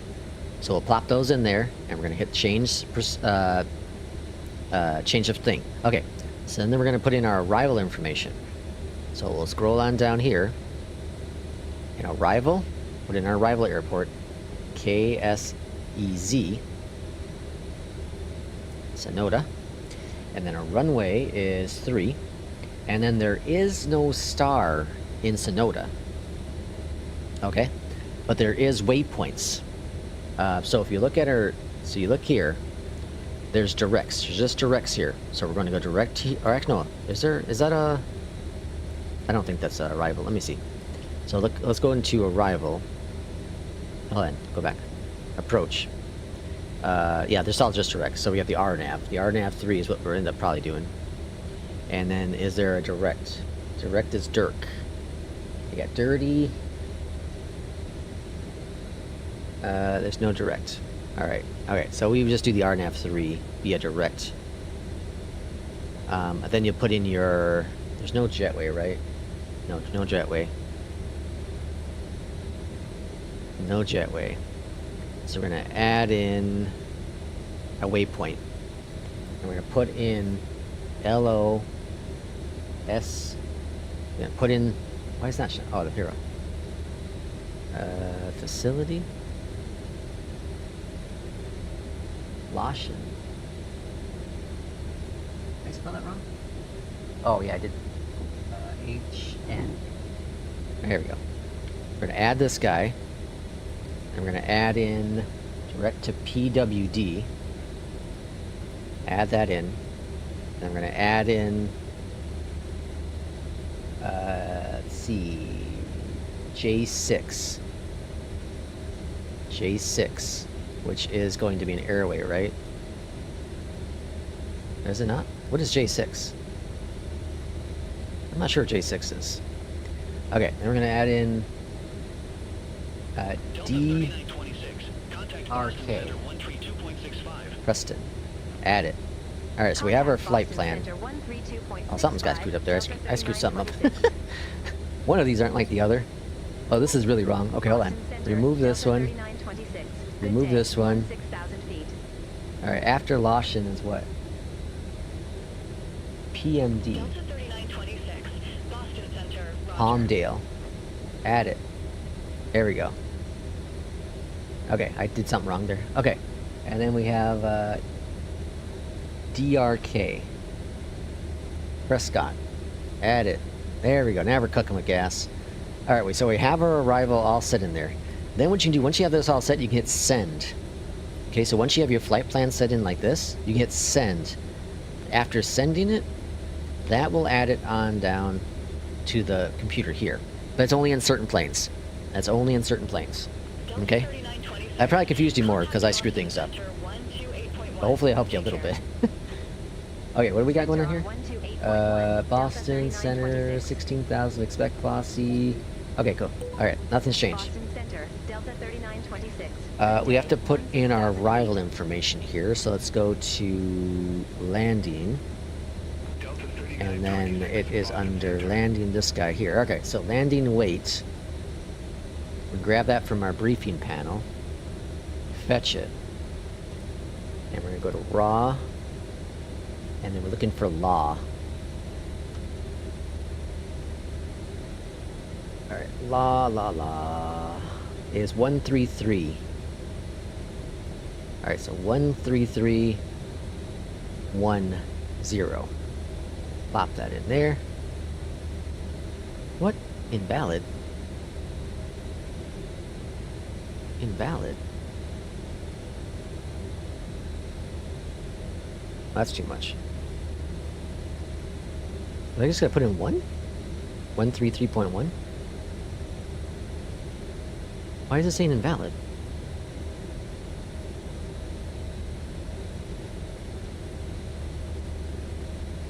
What the hell? 133.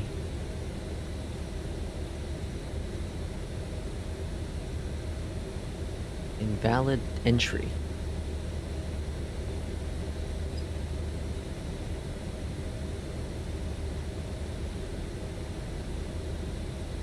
I'm confused. Alright, briefing panel. Raw. 133.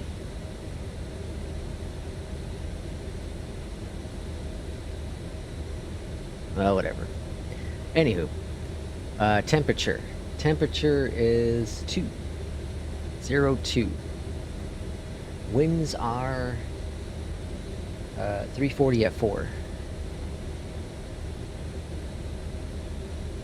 Alright. Why can't I put in the weight?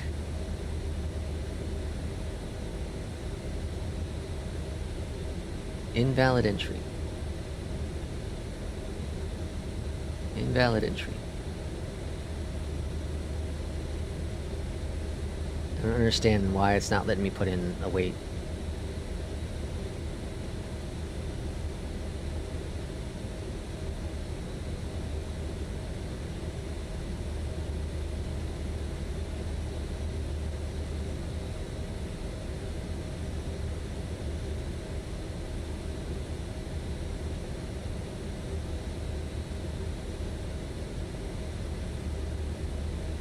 £5,000 is way off.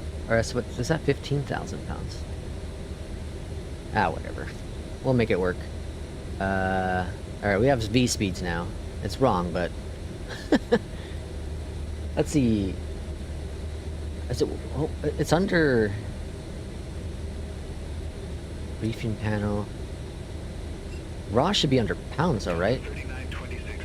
Contact Boston Center 134.3. Plan. These are all pounds. Yeah, this is pounds. Center on 134.3. Oh, Delta I know why. 3926. It's bringing. It's bringing the other flight plan in. That's Boston why. Center, Delta 3926. It's bringing the flight 16,000 plans I feet. just did. It's doing the Sonoda one. That's why. Delta 3926. Okay, okay. Let me grab it from. Let's see. View. How do you view your other flight plans? Saved.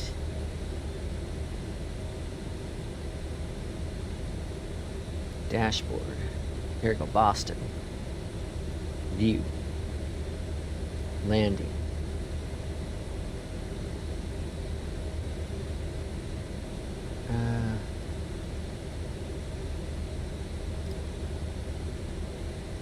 It was bringing up the one I just generated.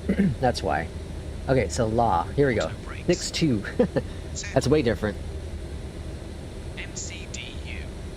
Alright, let's go back over here. Transition altitude. 62123. There we go. Now we're cooking with gas. That helps a lot. Alright, minimums. Minimums are what? 211. So we'll put in 210. Alright, minimums are in the box. And then radios. Should be auto. 1087. 1087. Perfect. Alright, we're all set. We're ready to go. Performance. 211. Flaps. 5. Back. Okay. Everything's ready to go. It was pulling, yeah, I was pulling up the other one. Let's see, Connor's lost. This is a lot for my brain. Oh, there's a lot of stuff to learn. There's a lot of different things to learn. Everyone isn't initially. It becomes second nature once you do more. Yeah, once you just do it more and more. Watch the video I did. Do the flight I did. Right? If that helps, just follow the steps one by one in that video I did.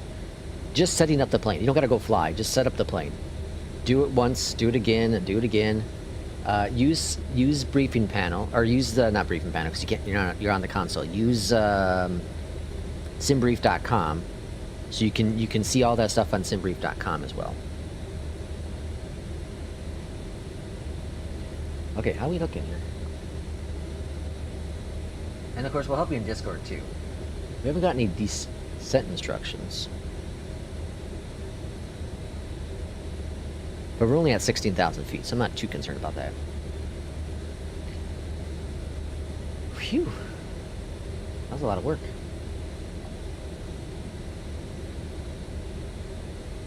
Oh, I forgot to set up the overlay at the top today. Oh, it's gonna pull. It's gonna pull up the other one. We don't need it. Whatever.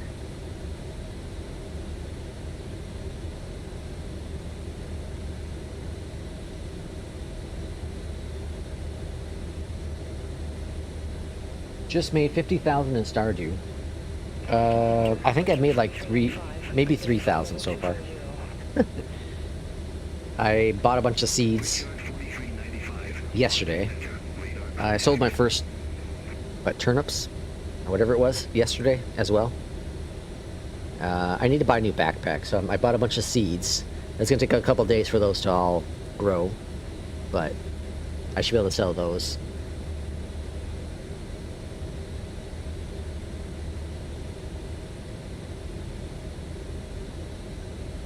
What I like about it is, I like Animal Crossing. I prefer Animal Crossing more on the Switch. Which, was it next week or week after? Is when the new update for that comes out. But anyways, the cool thing about Stardew is that, it's not real time. It's not real time. You can sit there and go through many, many days in real day, right? Whereas Animal Crossing it's all real time.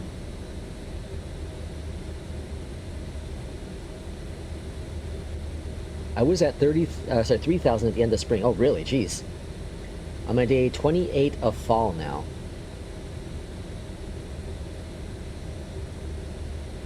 P2's just been addicted to it.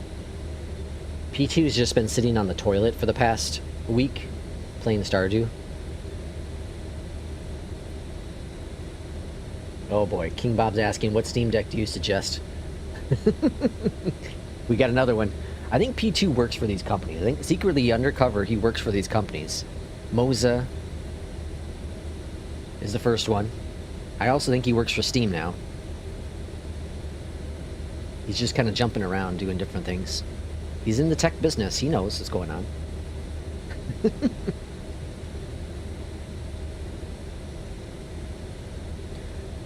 At Flossie, we're going to be... Well, we don't have no restriction, but at Crank we have 7,000 restrictions. So we should get a descent any second now from ATC, I would assume. What's our flight plan saying? Flossie 16. That's saying 16 all the way down. Until our arrival. Alright, so I guess we're not going to be able to follow the VNAV for this one. We'll have to program it separately. The OLED 512 is sweet spot for me. You can always increase storage by adding an SD card. The 1TB OLED has a non-reflective coat on the screen which messes with the colors in my opinion. Don't buy the LCD model. Why not the LCD model? I understand like the you know, the darks and the whites are going to be different. But like my Switch is LCD. That's fine. Like obviously OLED's better. I get OLED's much better. Piedmont 5958, turn left, heading 220. Turn left, heading Now here's the thing. Piedmont 59. What would you have to, if you could only get one, which one would you go with? OLED or HDR? Yet the only options out there was you either get an OLED monitor or an HDR monitor. I know they go hand in hand, but let's just pretend. Which would you go with? OLED is better, and Valve has stopped selling the LCD for now. Or the eyes. I saw that's interesting. They did that. I wonder why. From the pricing aspect, you would think you'd get more people because the LCD is cheaper.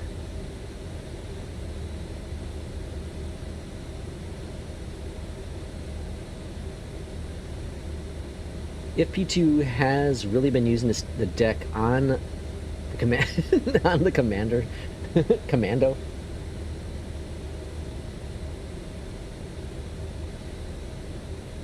I don't use it on the toilet. That's what he says now, folks. I'm telling you. I need to focus to, you know, go.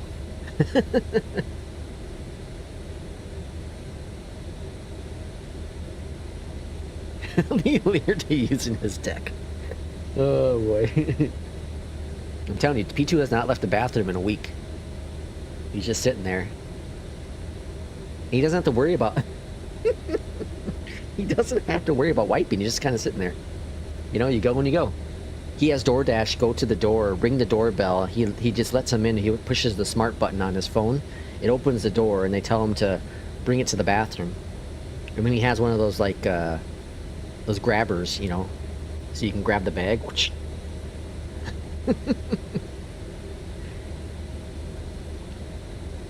Says everyone with a smartphone. Don't use my deck. Only I get to play with my deck. P2 doesn't like sharing his deck. What's going on with that? Aren't we a sharing world? We like to share decks around. A deck for all.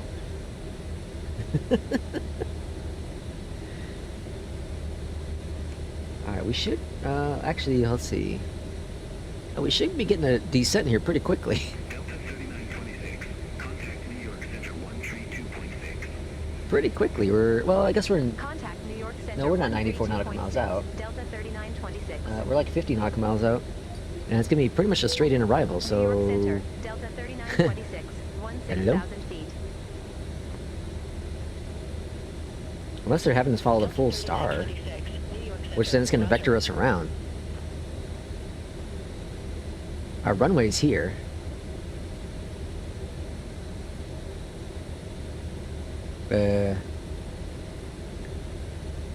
Huh. I just sit all day with one hand on my deck and one hand on my side stick. Oh, Jesus. Delta 3926, after shaft, cleared by After shaft, we'll clear for our descent down to 14,000. I think I'm going to just do my own thing and go direct over here. That's what I think I'm gonna do. Beyondatc ain't gonna like it, but that's what I'm gonna do. So we're gonna take this guy here, we're gonna bring it all the way up here, and activate. Now we're direct to there. Let's go ahead and do our descent as well. I ain't gonna follow this weird arrival. Alright, that's 2,000 feet.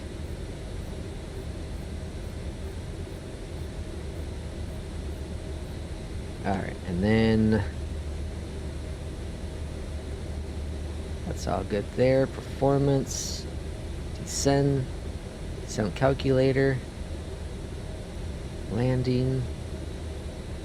Where's the there's no descend button? Alright, we're gonna go into vertical speed. Oops, wrong way. Drop us down here.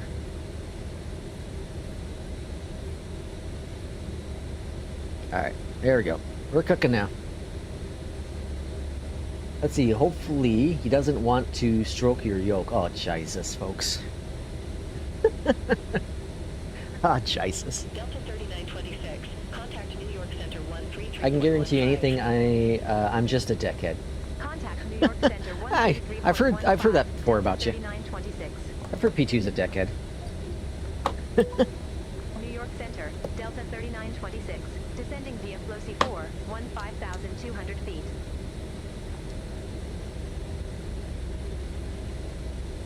Delta 3926, New York Center, copy.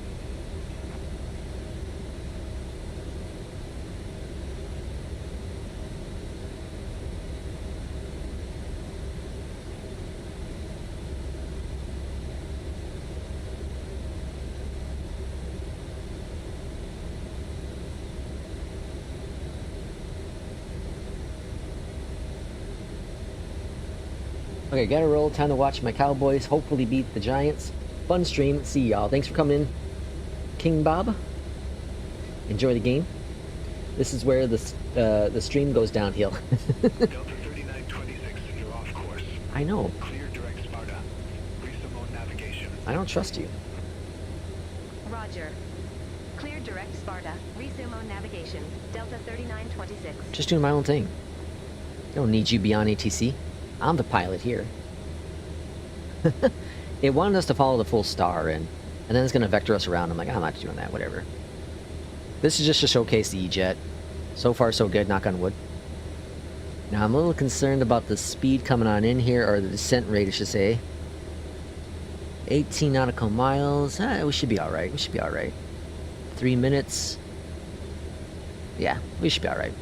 12,000 feet, we're gonna drop 10,000 feet. It's gonna be tight, but I think we'll be alright. Speed's coming down.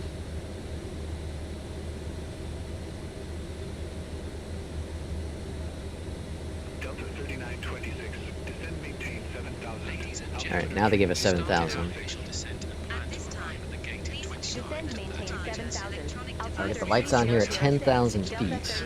Choose to fly with us again Be on in the the near ground future. soon. We'll have you on the ground shortly.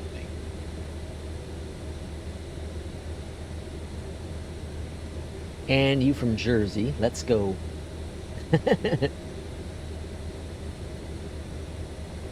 Alright. Altimeters. 3004. Checked. Seatbelt signs. There's 10,000 or 11,000. I'd like to wait till about 700 feet, and then we'll go ahead and do that. So that's pretty close.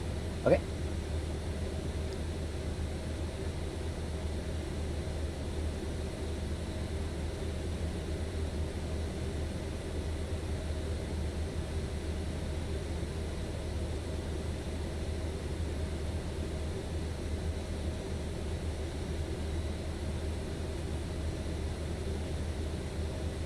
Crap.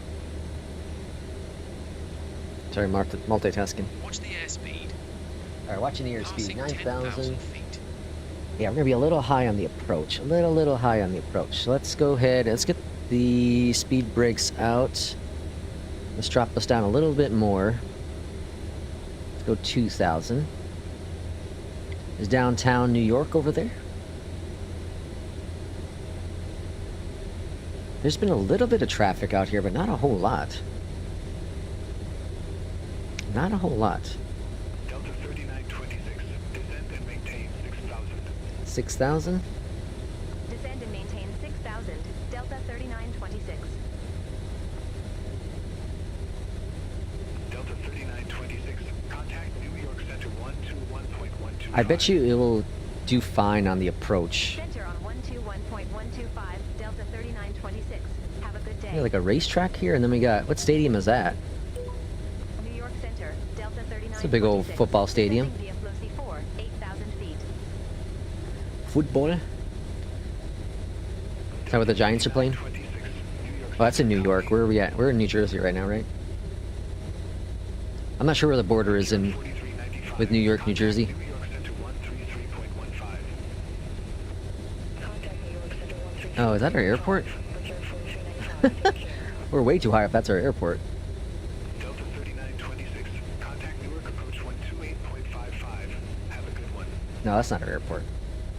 Contact Newark approach. Delta 3926. Have a good day. Or is it? I think it is. Newark approach. Delta 3926. Yeah, it is our airport. Good day. 6,000 Alright, we're gonna have to do a circle up here. numbers. I over-predicted.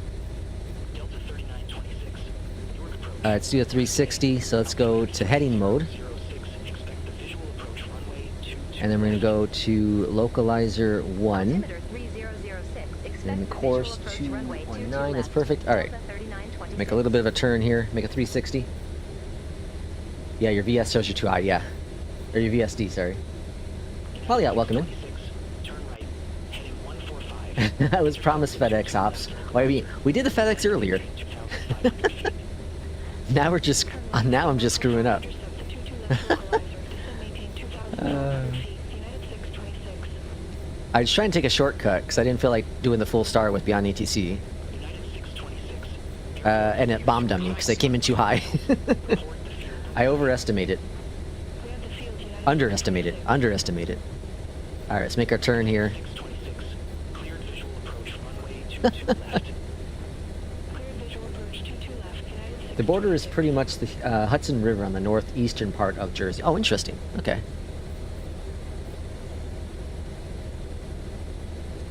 So, okay, is the Hudson River, is that considered to be in New Jersey or New York? Or is that like a fighting territory kind of thing? Contact Newark Tower 118.3. Contact Tower 118.3, United 626. Alright, speeds are looking alright. Let's go ahead and get our first notch of flaps out. We'll bring out a little bit farther so we at least have some sort of approach we can work with. The FedEx, the EJET is the FedEx of airlines. Airline, oh, what, is that supposed to be an insult? I'm not sure what you mean by that. I'm not sure if I'm offended. Heading 085. Expect radar vector. Alright, there's a 2000. Let's go ahead and swing over to the right. Leave suite heading 085, expect radar vectors for visual Well, the Flight Sim Studios is the FedEx of airliners. Tells you on time but arrives several years later. Oh, Jesus. That's well done. Captain says both. Okay. Descend and maintain 11,000 feet. Okay, let's go and arm the approach mode. 06. Vectors for the approach. There we go. We can see now it's as white here for localizer and glide slopes. That's good. Speed's looking good. 11,400, altimeter This is going to be a really sharp turn, so I don't know if it's probably going to go crazy. Flaps 2. Lindbergh 4160. I'm going to go and just turn in. Descend and maintain 11,000. Actually, I'm just going to go manual. Autopilot's off my aircraft. Newark approach. United 1350. Alright, where's our flaps? Flaps are at 2, gears coming down. United 1357. Newark approach. Good day. Altimeter 3006. Expect Jet. visual approach runway 22 left. Flaps. Altimeter Set. 3006. Set. Expect visual approach runway 22 left. United 1357. Alright, speed brakes are stowed. And flaps 3. Flaps 3. Airport in sight. It's not going to give us another tower because it doesn't know where we are. I went rogue here. Where are we landing? 2-2 left. 2-2 left.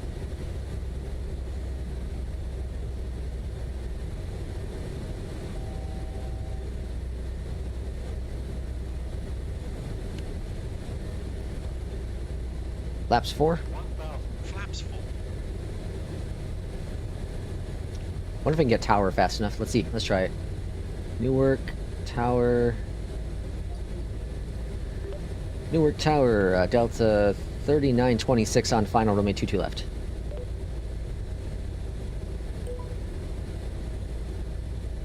And flaps 5. Delta 3926. Flaps 5. Continue. Continue.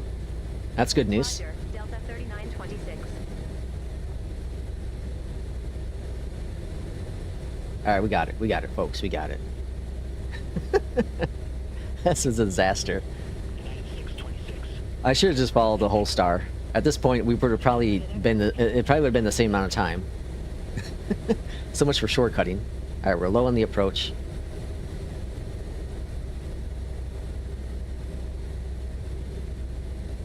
Delta 3926. Wind tree 55 and 4. Runway 22 left cleared to land. I will say this though, like it's night and day with performance. The EJET is really, really nice with performance, even comparing to the 737. Like, I know Dallas had heavy traffic and all that jazz, and the same with Memphis. And there's definitely traffic here in Newark, but like the FPS is really, really nice. We saw the struggles with the last flight.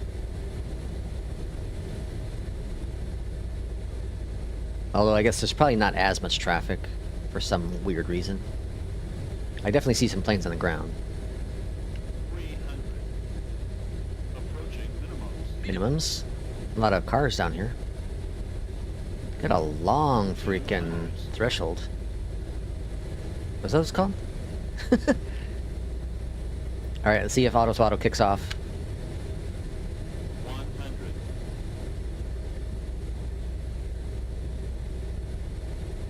50. 40. 30. 20. Nice. Glide slope capture. Hold it. Hold it. Let it settle.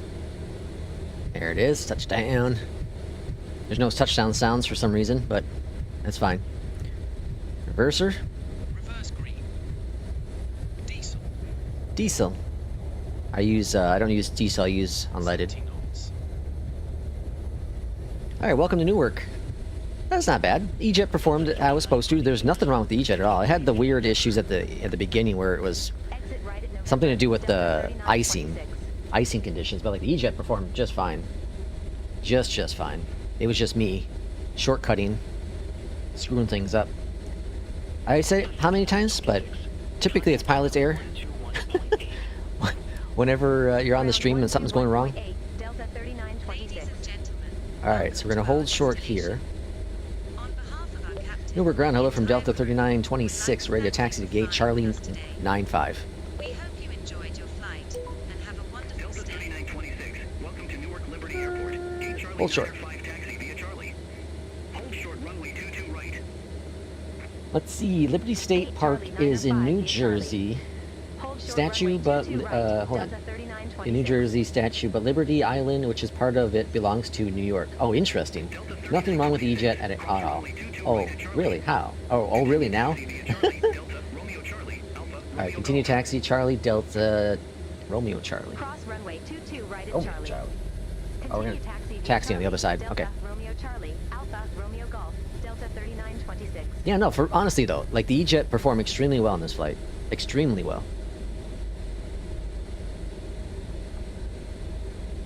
But it's not the case every time. Romeo Charlie. Where the hell are we going?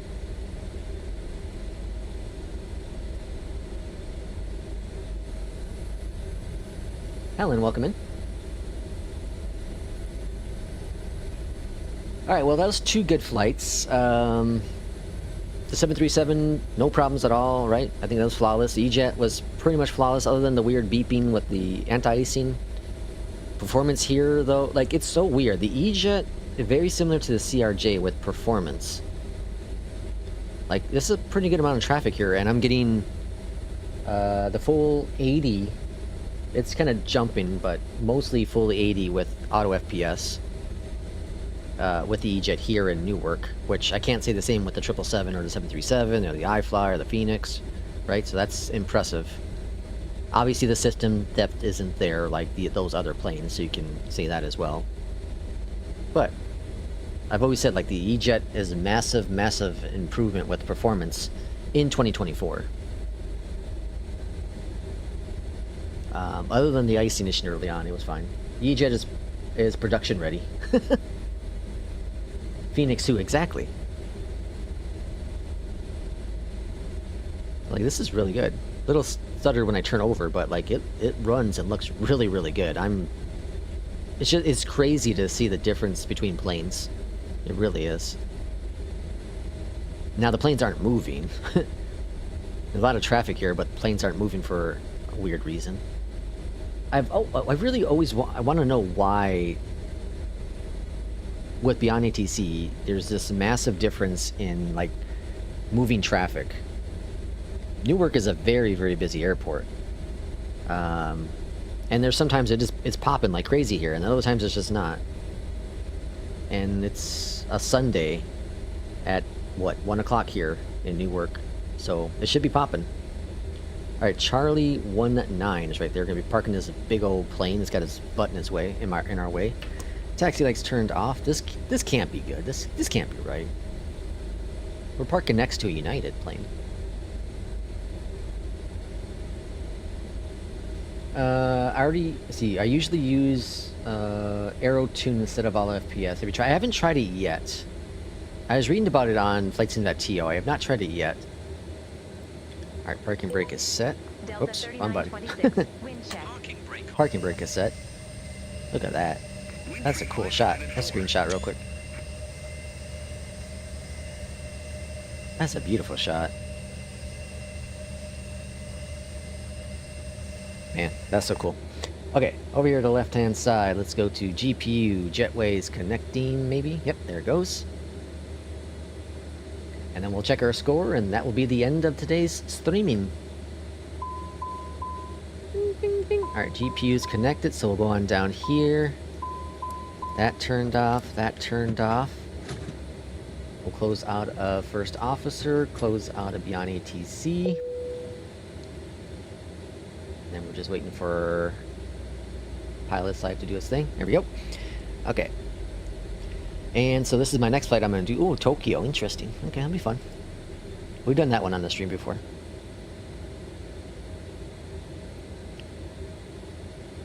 And we had 100% on that score. Very, very good. I like it. And 118. So nice butter smooth landing here in Newark today.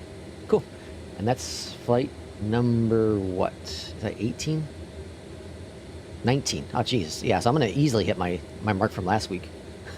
If not do more, even more than that. Cool. Well, thanks everyone for coming in today's stream. 2 good flights. We'll see. I don't know if there'll be a stream tomorrow or Tuesday, so you'll find out, a half hour or so before it, even if it happens, but definitely on Wednesday. So we'll see y'all for sure Wednesday. Have a great rest of your weekend. We'll see you in Discord. Take care, everyone.